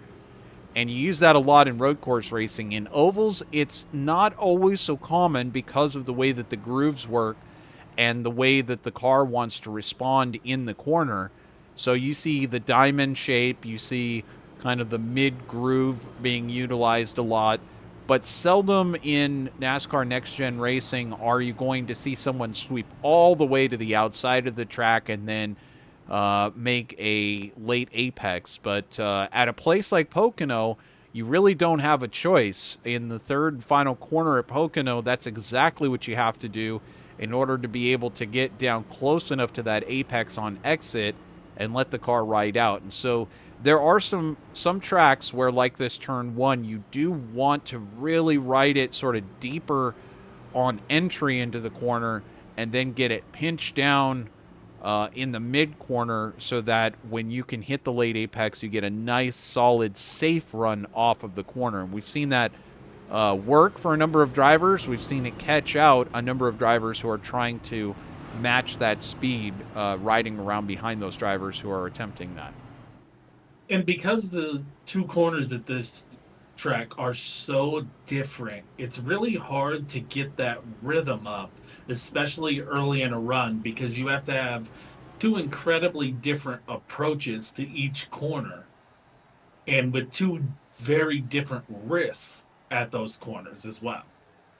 Yeah, that's what makes this track really interesting. It's why I personally enjoy watching any of the different cars run here. It's kind of like Phoenix in that way. It doesn't race exactly the same as Phoenix.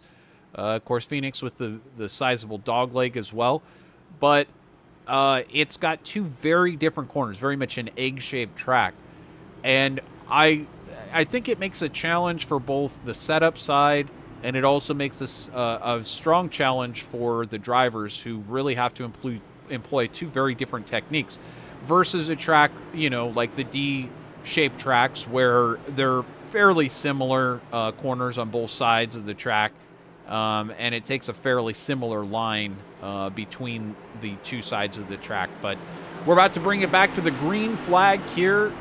Just under 40 laps remaining here for the Trivista 200. Gavin Rogers back on the gas. He's going to go under that start-finish line. We're green flag racing here once again at Worldwide Technology Raceway. Adam Buzzio, he's going to try to stay in there on the inside. He's going to catch out Gavin Rogers. And he'll keep him honest at least through turns 1 and 2. But Gavin Rogers, with that run on the outside, easily able to take that position back. And we are under caution again. And I believe it's for Brendan Maddox once again. I was kind of wondering why Buzzio took such a weird exit to that corner, and then I looked up and saw that there was the caution. I thought it was a little weird that he had went so far down on the exit, but the caution explains that.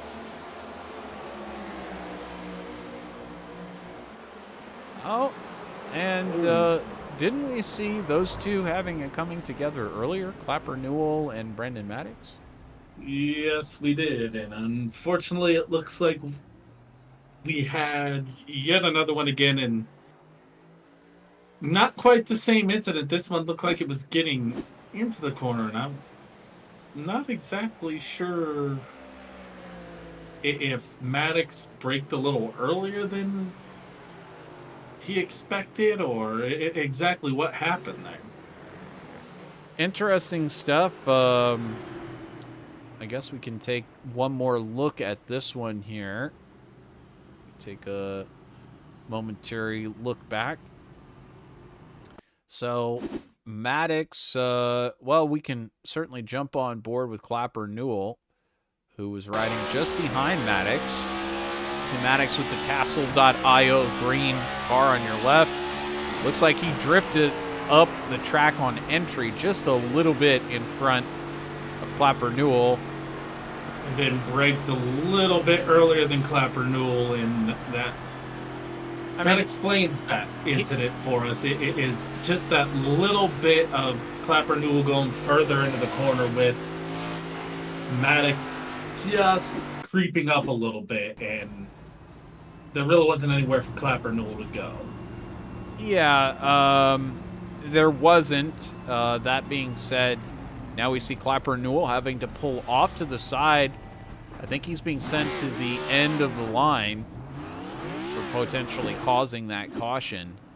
I believe race control being run by Rev of RevSimShop.com. But doing a little bit of extra duty tonight, perhaps imposing some penalties, sending some drivers to the back of the field. But it does look like Maddox did try to move up and potentially squeeze Clapper Newell there. And sometimes that works, sometimes it comes back to haunt you.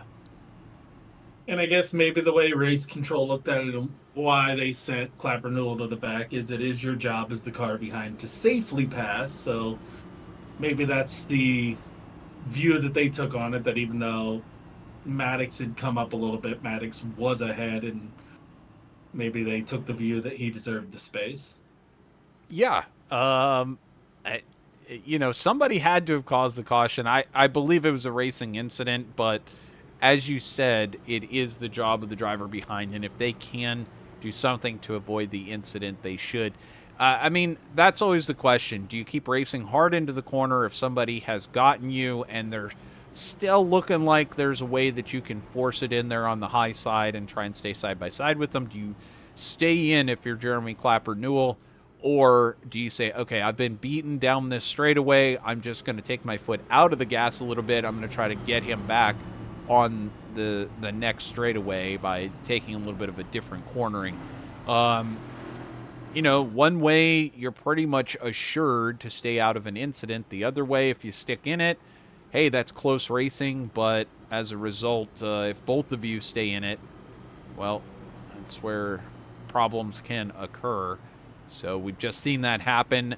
Gavin Rogers choosing the outside lane, Adam Buzzio choosing the inside lane, Ronnie Norman on that outside lane as well, Stephen Borbell on the inside. So looks like Next Level Motorsports with 3 cars in the top 4 right now. We'll see how it all pans out. 32 laps at the line remaining here for the Trivista 200.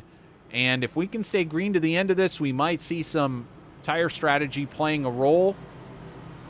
Let's see. Best laps right now, 33.09, belonging to Gavin Rogers. So we'll see as we come back to the green flag whether or not tire strategy, a late pit in to get some fresh tires might possibly be the miracle move that one of these drivers needs to get this win, but we'll see whether that's possible. Green flag back in the air for Barney the flag man once again. Bringing it back here with coming back from our 7th caution for contact. Adam Buzzio there in 2nd place. Gavin Rogers in the top spot. No change there. But it's really tight racing back here for 5th spot. As you see Ronnie Norman drifting up the track. He's now into 4th as Borbell has gotten him on the inside. Carl Pooler, they're taking a look on the outside. But actually, it's Richard Wilsifer who will move down to the inside of Carl Pooler and take away the 5th spot. And Norman got probably his worst jump on the restart of the recent restarts. He got a really bad jump that time, and that insult to injury got really high up the track on turn 1 and really hurt his chances to test Gavin on the restart. Well, here goes Norman down the inside of Borbell. This is coming through turns 3 and 4. He's going to try to hold in there on the inside. We haven't seen this work very much tonight. Usually that outside lane is the place to be. I think Norman able to hold that position on that inside line off of the corner and take it away from Stephen Borbell. So move Ronnie Norman up a spot. Borbell looks like he's going to try to do a switchback and dive down the inside. We'll see if he's able to hold it there. He's going to run Ronnie Norman really hard into turn 3 and 4. Can Ronnie get the run off the corner, or will it be Borbell who will hold that inside line just like Norman did the lap before? And they're side by side as they get down to turn 1. Norman looked like he was going to turn in a lot more than he did. It looks like he lost the back end there on entry and really had to chase it up the track. Somehow is able to keep momentum on the high side. I have no idea how he was able to keep that much momentum. Well, and now Richard Wolsifer is in the middle of this. Brendan Maddox there, I believe. No, I'm sorry, that's Carl Pooler is right behind as well. These drivers kind of salivating to get a shot at it. There goes Wolsifer going by Borbell on the outside. Wolsifer as he hit the wall, it looks like he may have come very close to the wall, hard on the brakes. He's still going to race Carl Pooler hard there for that 5th position. Yeah, he kind of made the same mistake that Norman made the lap before, but Norman was able to control it a little bit more than it looked like. We're not sure if Wolsifer got up into the wall, but it definitely looked like he got close to it. Well, this has been an exciting battle happening back here, but this is exactly what Gavin Rogers and Adam Buzzio wanted to have happen. They wanted Ronnie Norman to be slowed up as much as possible by Stephen Borbell, their teammate over there at Next Level Motorsports.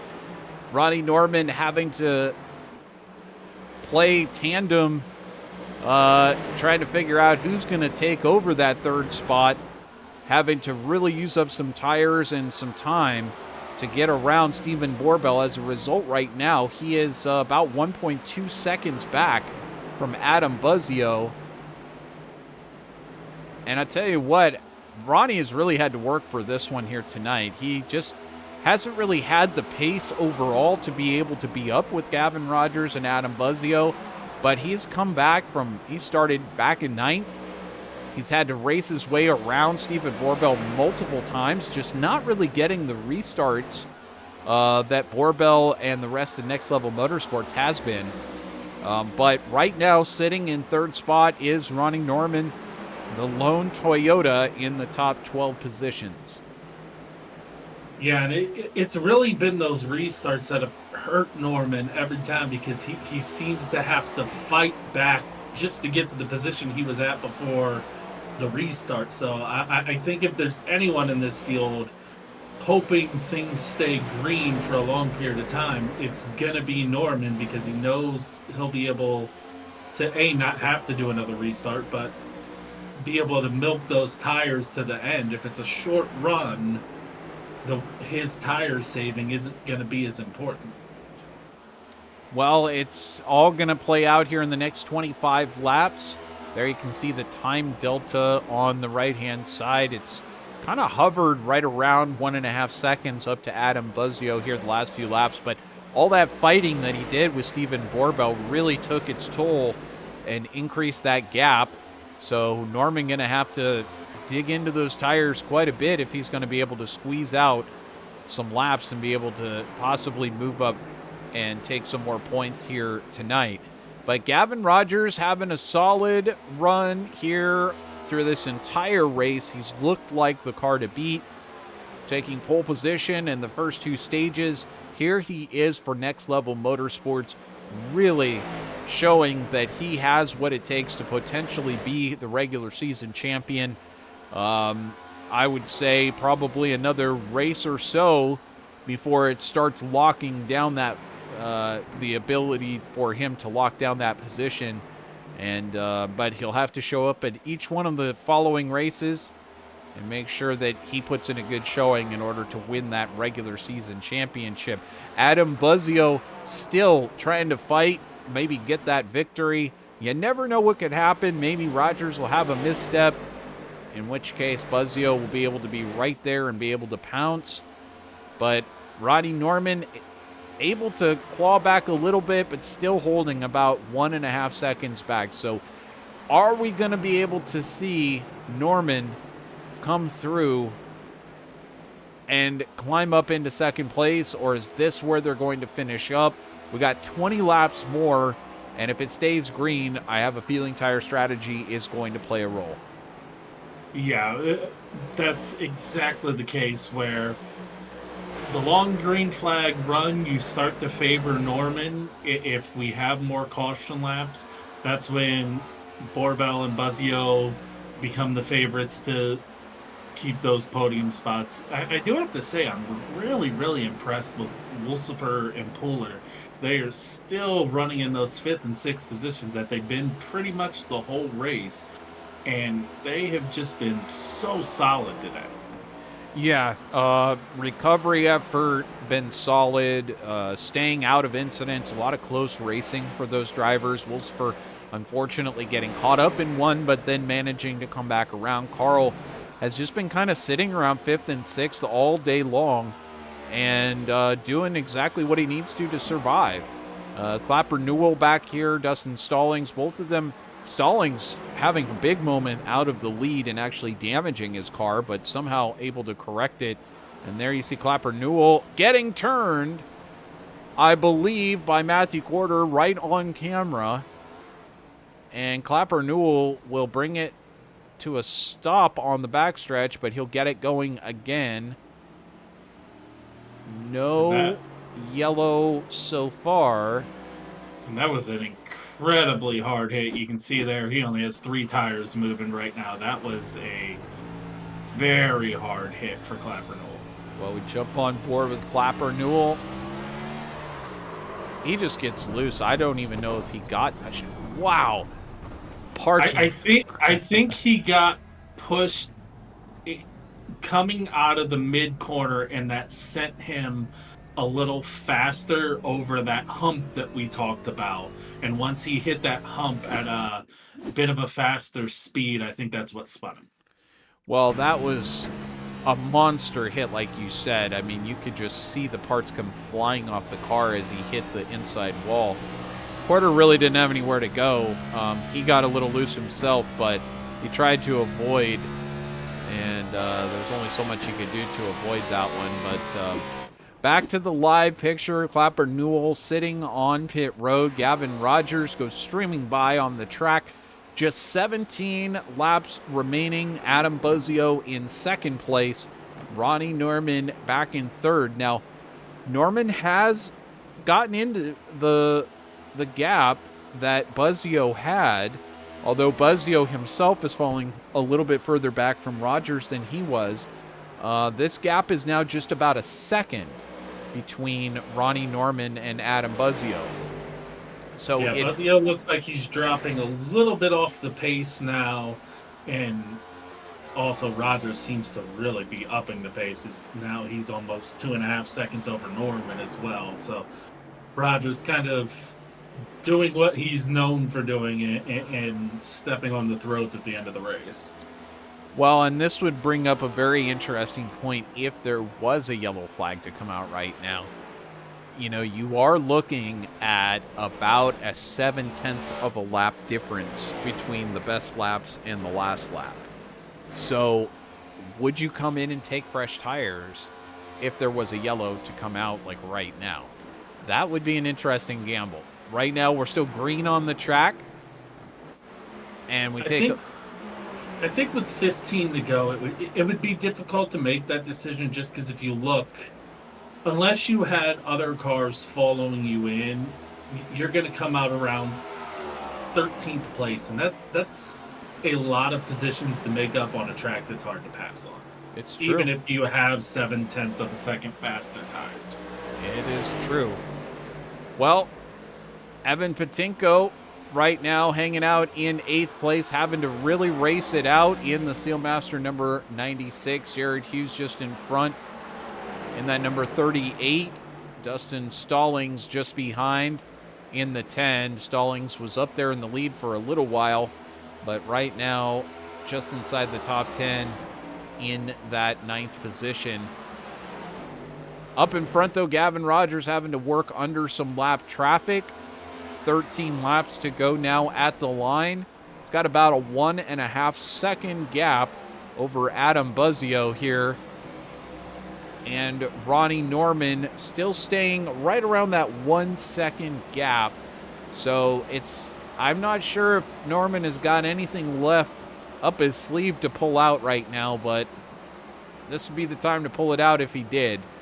Right there at 1 second, so not sure if he's going to have time to be able to reel in Adam Buzzio.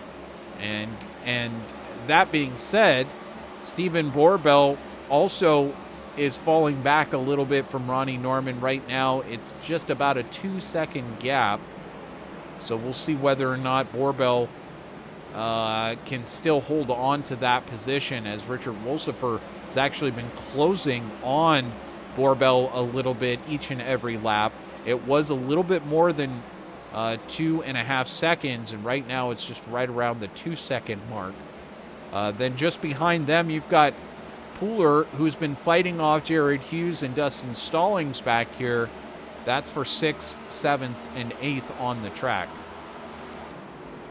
And and seems like we have things decently spread out right now in the top 5, where each position has about a second or more gap.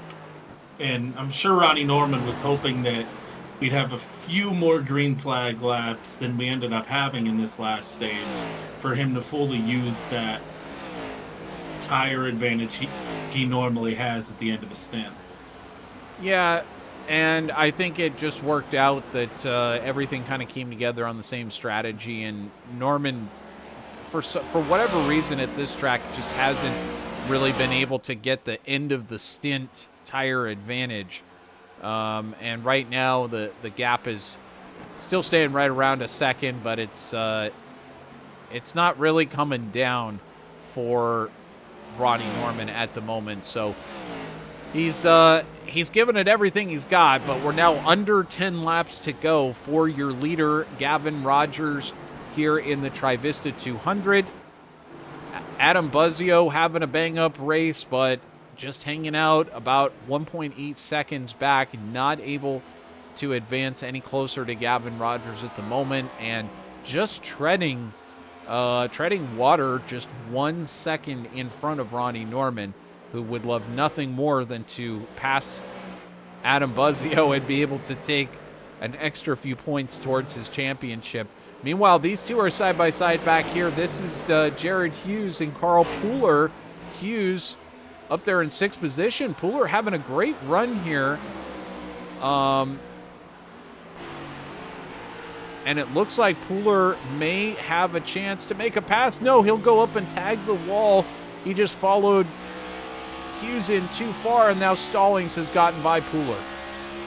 Yeah, they both got a little bit deep into that corner. It almost looked like Pooler tried to do that same trick that I was talking about with Rogers, where you give the guy a little bit of a push down the straightaway, hoping that they go too deep in the corner, but Pooler went too deep himself and wasn't able to capitalize on it. Yeah, just not able to capitalize. There's got to be a gap there for you, but if the guy in front goes a little too deep, hey, there's really nowhere to go. We did get another check-in over on YouTube as we watch this battle now between Dustin Stallings and Jared Hughes. Stallings now taking a couple of positions in the last couple of laps, or at least trying to work this one out. Have the Texas Tornado, that happens to be Brendan Maddox, as if you couldn't tell by the Dallas Cowboys helmet that he has. No, I'm sorry. I'm thinking of a different driver. But Brendan Maddox, that's actually Stephen Borbell, who has the Dallas Cowboys. But Brendan Maddox, Texas Tornado, driver of the number 33 here. I don't know what to say. Tonight just wasn't meant to be anything good. And definitely the Castle.io car has seen better days. Some of those incidents from him, some of the incidents not from him. And it's a rough go here at the Gateway Arch in Worldwide Technology Raceway. Yeah, just been kind of about not a full month, but a good 3 weeks like that for Maddox, where it just seems like he's made a few mistakes and people have made mistakes around him that have just compounded him in a bit of a free fall after he had done a really good job coming up the points and being on the edge of the chase, to where now he is falling further and further back and starting to look like he's gonna need a lot of help to make the chase. And just as we were watching that, Dustin Stallings and Jared Hughes almost making contact in the corner. And you're right, Maddox is going to need a lot of help to make that chase. He's going to have to pretty much pray for a miracle coming into these last couple of races that he can just hang on to a top 5 finish or something. Adam Buzzio, though, right now sitting in second place, but he has lost a bit of ground to Ronnie Norman, who you see back there in the rear view. 0.7 of a second now, that gap. 3 laps to go for Gavin Rogers. It'll be 2 this time by for Rogers at the stripe.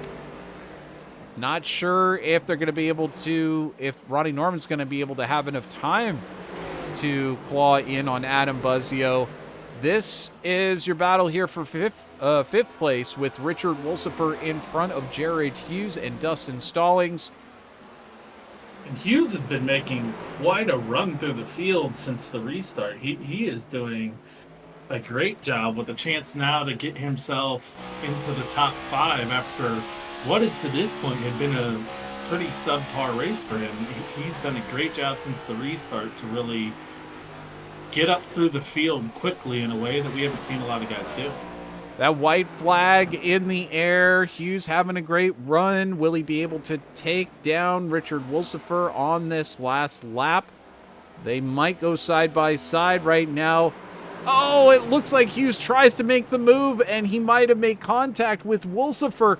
That's going to allow Stallings to get into the middle of this one. They're going to go 3 wide down the backstretch as our leader is just about to come across the start-finish line. There's Gavin Rogers. He will take the victory here at Gateway. But Richard Wolsifer just hanging on now in 5th place. Jared Hughes moves to the inside, not able to take the position. He'll stay in 6th. Dustin Stallings in 7th. As Gavin Rogers celebrates his 6th victory of the season. Adam Buzzio holds on in 2nd place, and Ronnie Norman finishes back about 6.5 tenths in the final podium spot. Stephen Borbell, your 4th place finisher, and Richard Wolsifer will finish in 5th. That's our top 5. We'll go over the full results with you here in just a moment on VirtualRacing.Network. You don't want to go anywhere. We'll be back here to chat with our top 3 finishers live. Stay tuned here. We'll be right back.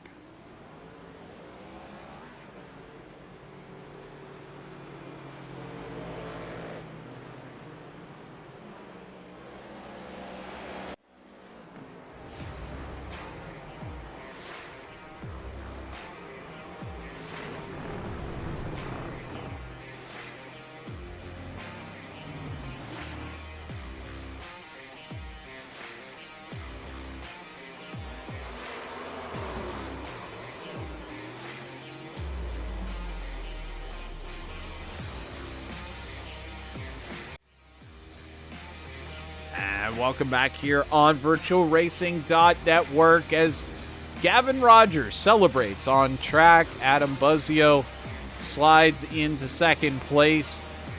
His teammate there at Next Level Motorsports, and so much to celebrate. This championship, this regular season championship, is really starting to come into focus for Gavin Rogers. It's not locked down yet. Still a couple more races to go in this season, but it is real close. Adam Buzzio taking home 2nd place, another runner-up finish. He would love to get that thing into the top spot on the podium, but not able to do so tonight. Ronnie Norman will take 3rd place tonight. I know it's a strong finish for him, but at the same time, that pace just didn't seem to be there. We'll have fun chatting with these three drivers here coming up in just a moment. Stephen Borbell finishing in 4th place. Richard Wolsifer, a hard-fought way back into 5th. Jared Hughes looked like he might have something for Wolsifer there on that final lap, but he manages to settle for 6th place. Dustin Stallings was in the lead for a short bit, but he finishes back in 7th. Carl Pooler finishing in 8th place, another top 10 for Pooler. In 9th place going to Matthew Porter, 10th. Evan Patinko, 11th. Patrick Hernandez, 12th. Matthew Erickson, 13th to Rusty Sanchez. 14th to Jeremy Clapper Newell. 15th going to Brendan Maddox. And I don't believe Zachary King turned a lap out there tonight, so he's listed as our final finisher. So with that, we'll try to get some of these final finishers into the booth. Kalen, what were your thoughts on tonight? I thought the race played out kind of similar to what we expected. We knew it was going to be rough on tires, especially in the long runs, and that it was going to be the guys that we know are good on tires that would stay to the front as long as they stayed out of trouble. And it's pretty much exactly what we got. We got Gavin, we got Adam, and we got Ronnie at the top pretty much the whole day. And those are the guys known for keeping their tires alive and keeping their pace. Yeah, cream definitely did rise. And as we watch some of these drivers continue to burn it down on the track, including Gavin Rogers, we await Ronnie Norman's arrival here in our Trivista post-race discussion.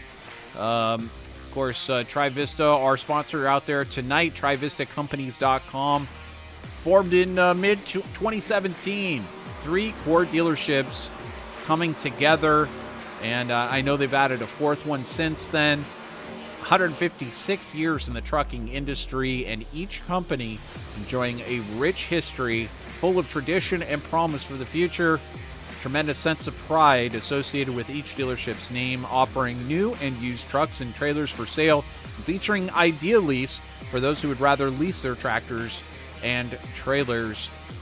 In addition to truck sales, Trivista features parts, services, and more. Find their parts on eBay or shop on the website to learn more. That's TrivistaCompanies.com. And so we're going to see if we can get Ronnie Norman in here. I'm sure he knows that it's our time to chat with him, but see if we can get him moved into here. And Ronnie Norman, it's Trevor Greenfield. You got me? Yeah, I got you, buddy. Hey, man. Just wanted a quick chat with you, finishing in 3rd place out there right now. Of course, it was a stellar run through the night. You had various strategies that you were working with trying to get yourself up there into the top spots. You had an off strategy for a moment that put you into the top 2 positions. How did it work out for you? Did you like finishing in the top in a podium position here tonight? Yeah, no, I'll definitely take this podium. Starting in 9th, it's just so hard to pass here, and I was trying my best, and then I just knew that going into that stage 2 that I had to make something happen just to get up to the front. So pitted with 7 to go when that caution came out, took tires, and I just stayed in the back. I didn't even really run them hard, and then came in for fuel just to top off to be on the same strategy as the leaders with fuel. So definitely felt good flipping the field going up front because, like I said, just trying to get in on these restarts and trying to, everybody wants the high side, and trying to go to the bottom it's just too loose down there trying to get out of 2. But no, I'll definitely take 3rd. I don't really know if I had anything for Adam on the long run. I'm pretty sure he was having flashbacks to Kern there a little bit as I was trying to catch him, but wasn't able to get it done this time. So yeah, no, like I said, just happy to get a 3rd place. Didn't really expect to get it with the way I was running the beginning or the first half of this race. So with the podium, we'll definitely take it. Well, this is a tricky track. It seems like every track there's a particular corner that catches drivers out. Were you struggling out there tonight, trying to put the power down in 2? Did you feel like there was a particular spot on the track that you just couldn't nail as well as Gavin or Adam out there? I feel like a lot of it was, everybody was having troubles in 1 and 2. It's basically as long as you can ride that middle line and you got to be easy and try to keep the car straight coming off the corner. You can get a good run going down the back straightaway. But the one thing it took me forever to learn all night tonight was coming out of 4. It's just learning when you can get back to full throttle with these cars, because if you just send it and think you're good, you're going to smack that wall coming out of 4. And I was just scared to get back into the throttle. It felt like all night long, and I finally found me a marker where I would hit where I think the end of the tire or the turtle went to concrete, and I felt like if I clipped that every time, then I knew I was okay to be full throttle coming out of that corner. So I feel like that helped out a lot. Learned a little bit with that, but just getting your braking points down and trying not to kill somebody in front of you and spin and all that stuff. There's a couple times I about spun out going into 1. So you just want to get so deep in there and just get as much as you can, and sometimes the car will just bite back at you. But luckily we didn't really have no trouble tonight. I did say I had a little bit of scrape on the right front. Don't really know where that came from, but I don't really think it was bothering us any tonight. So yeah, we'll take a third and move on to next week. It seems like it's your tradition to walk away with a little bit of scrapes on the right side that you don't know where they come from. But either way, if they're not affecting you too much, seems to be able to get the number 32 machine up there into the podium position, no trouble. Hey, Ronnie, who do you want to thank for your run to podium position tonight? Yeah, this is Toss Energy for being on the car every week. I want to thank Snyder Graphics for making my paint schemes for me. Shout out to you guys here at VRN for broadcasting these races for us every Tuesday night. Thanks everybody that tuned in. Shout out to Gavin on another win. Congrats to Adam on second. Shout out to everybody in the general chat tonight that was in there chatting it up. It was fun. We was having a good time in there. So thanks everybody that tuned in. We'll be back next week, and unfortunately I got to go to work now.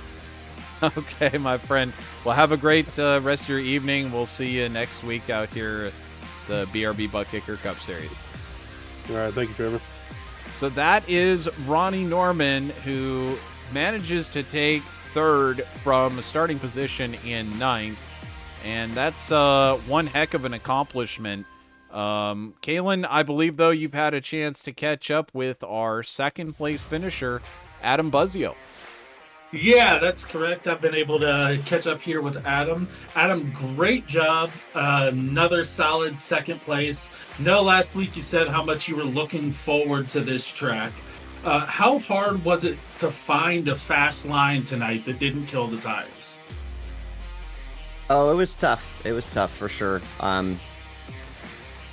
The track was, we all talked about it before the race too. The track was a little bit different this time around than it has been in the past for whatever reason. I think it's probably because we ran an afternoon race.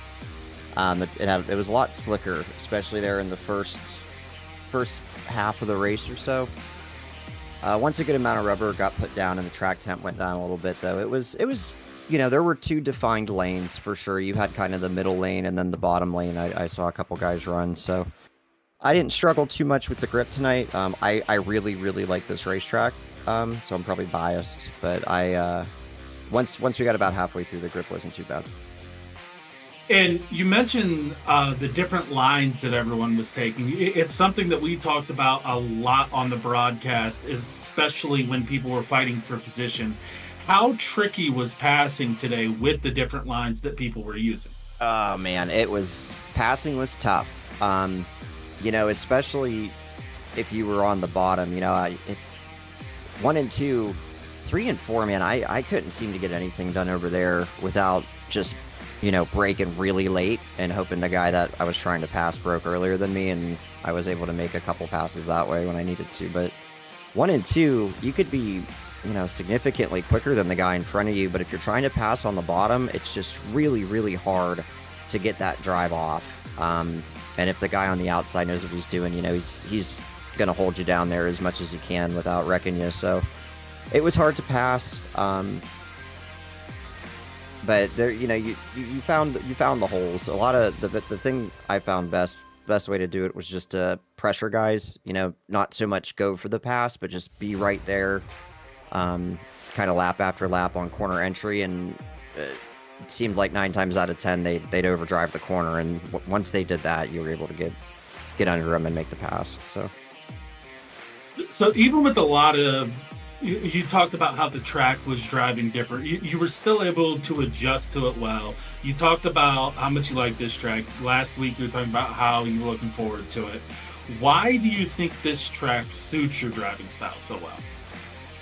I like short tracks. I didn't know I liked short tracks until about a year and a half ago or so. I like the heavy braking, but not maxed out braking, you know what I mean? I like having to get on the brake hard, and I've really figured out how to roll that corner. So tracks like Martinsville, Gateway, Dover, where I won, where you really need to be able to roll the corner and be patient on that throttle. A lot of guys, that's like their Achilles heel, man. They get in the throttle too soon. This is one of those tracks that you really just have to be patient and let it come to you, and I think that's why it suits me. I'm a pretty patient driver, but I just love the track. I mean, I've always enjoyed it. I got my first win on iRacing here, so it's probably my favorite track we'll go to this season. That's awesome. And once again, congratulations for a really great drive today. Who would you like to thank for your podium? I want to thank Buttkicker, Trivista, Ideal East, and Sundance Pizza. Special shout out to Trivista tonight for being the sponsor of the race. Good to get the Trivista number 5 in the second place. Victory lane would have been good, but just didn't have anything for Gavin on the long runs there. I want to thank my teammates, Gavin and Steven. Thank you guys up in the booth for doing such a great job and being here with us every week. We all really, really appreciate it. I want to thank Race Control, Rev. He's the number 1 G, man. He's patient, comes here every week. Race Control's a tough job, and he's the best at it, so I want to give him a special shout out this week. I know he's had a long couple weeks. Thank my wife Julie, and thank everybody for tuning in tonight. Thank you so much, Adam. Great to talk to you, and once again, a great run tonight. And now, I believe, Trevor, you have caught up with yet again our winner, Gavin Rogers. I did, in fact, get a chance to catch up with Gavin. The champagne is in the area. The confetti is still in the air, and some of it has landed on the car. And of course, Gavin still has some on his eyebrows. But hey, Gavin, congratulations! Another win. This makes number 6 here out of 10, and it's got to feel great. You take this one in style, absolutely sweeping the weekend. What a way to pull through here late in the regular season. Thanks, Trevor. You you can't give up even if you got the points lead. You gotta keep grinding it out, and you never know what's gonna happen. And so just gotta keep doing what I've been doing, just doing all the practice I can and trying to find different things, and just keep grinding it out no matter how tired you get. Just got to keep going at it.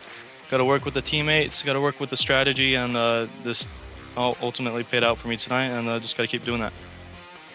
Well, I would say that it's got to be that Sundance Pizza that gives you the extra edge out there. But for sure. As you said, you go out there, you grind, and you practice. You just try to find those little things that work for you out here on the track. Was there something that you were extra confident in out here tonight at Worldwide Technology Raceway? Had this track been friendly to you in the past? Was there something you found in practice or ahead of the race that you were able to capitalize on? Oh man, I can't. That's definitely not my friendliest track. I feel like I've been fastest here, and my prior league races at this track is just, I feel like luck and strategy hasn't really paid off yet until tonight, obviously. But I feel like it might just be my long runs. I feel like that long run in the first stage was really able to show what I could do, and all the cautions after that couldn't really do much for the long run. So obviously had to just find that short run pace, and track temp went down, so I mean you couldn't really save too much. So just kind of really be consistently fast was main key tonight, and luckily we were able to have that, and obviously paid off. Well, and there was a bit of a shakeup with the strategy. You had Ronnie Norman coming in, and of course he took advantage of an off strategy earlier in the season. to be able to get that thing fueled up and be able to win the race. Was it shades of that going through your mind tonight, or were you thinking you still had it handled?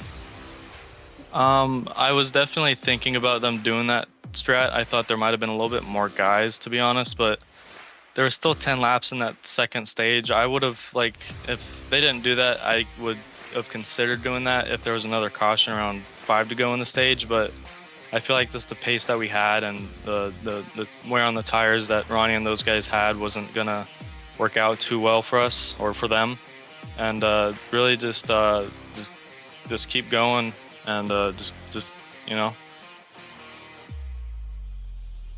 Yeah, definitely. It was interesting to watch those strategies play out there, but ultimately did not seem to affect you that much.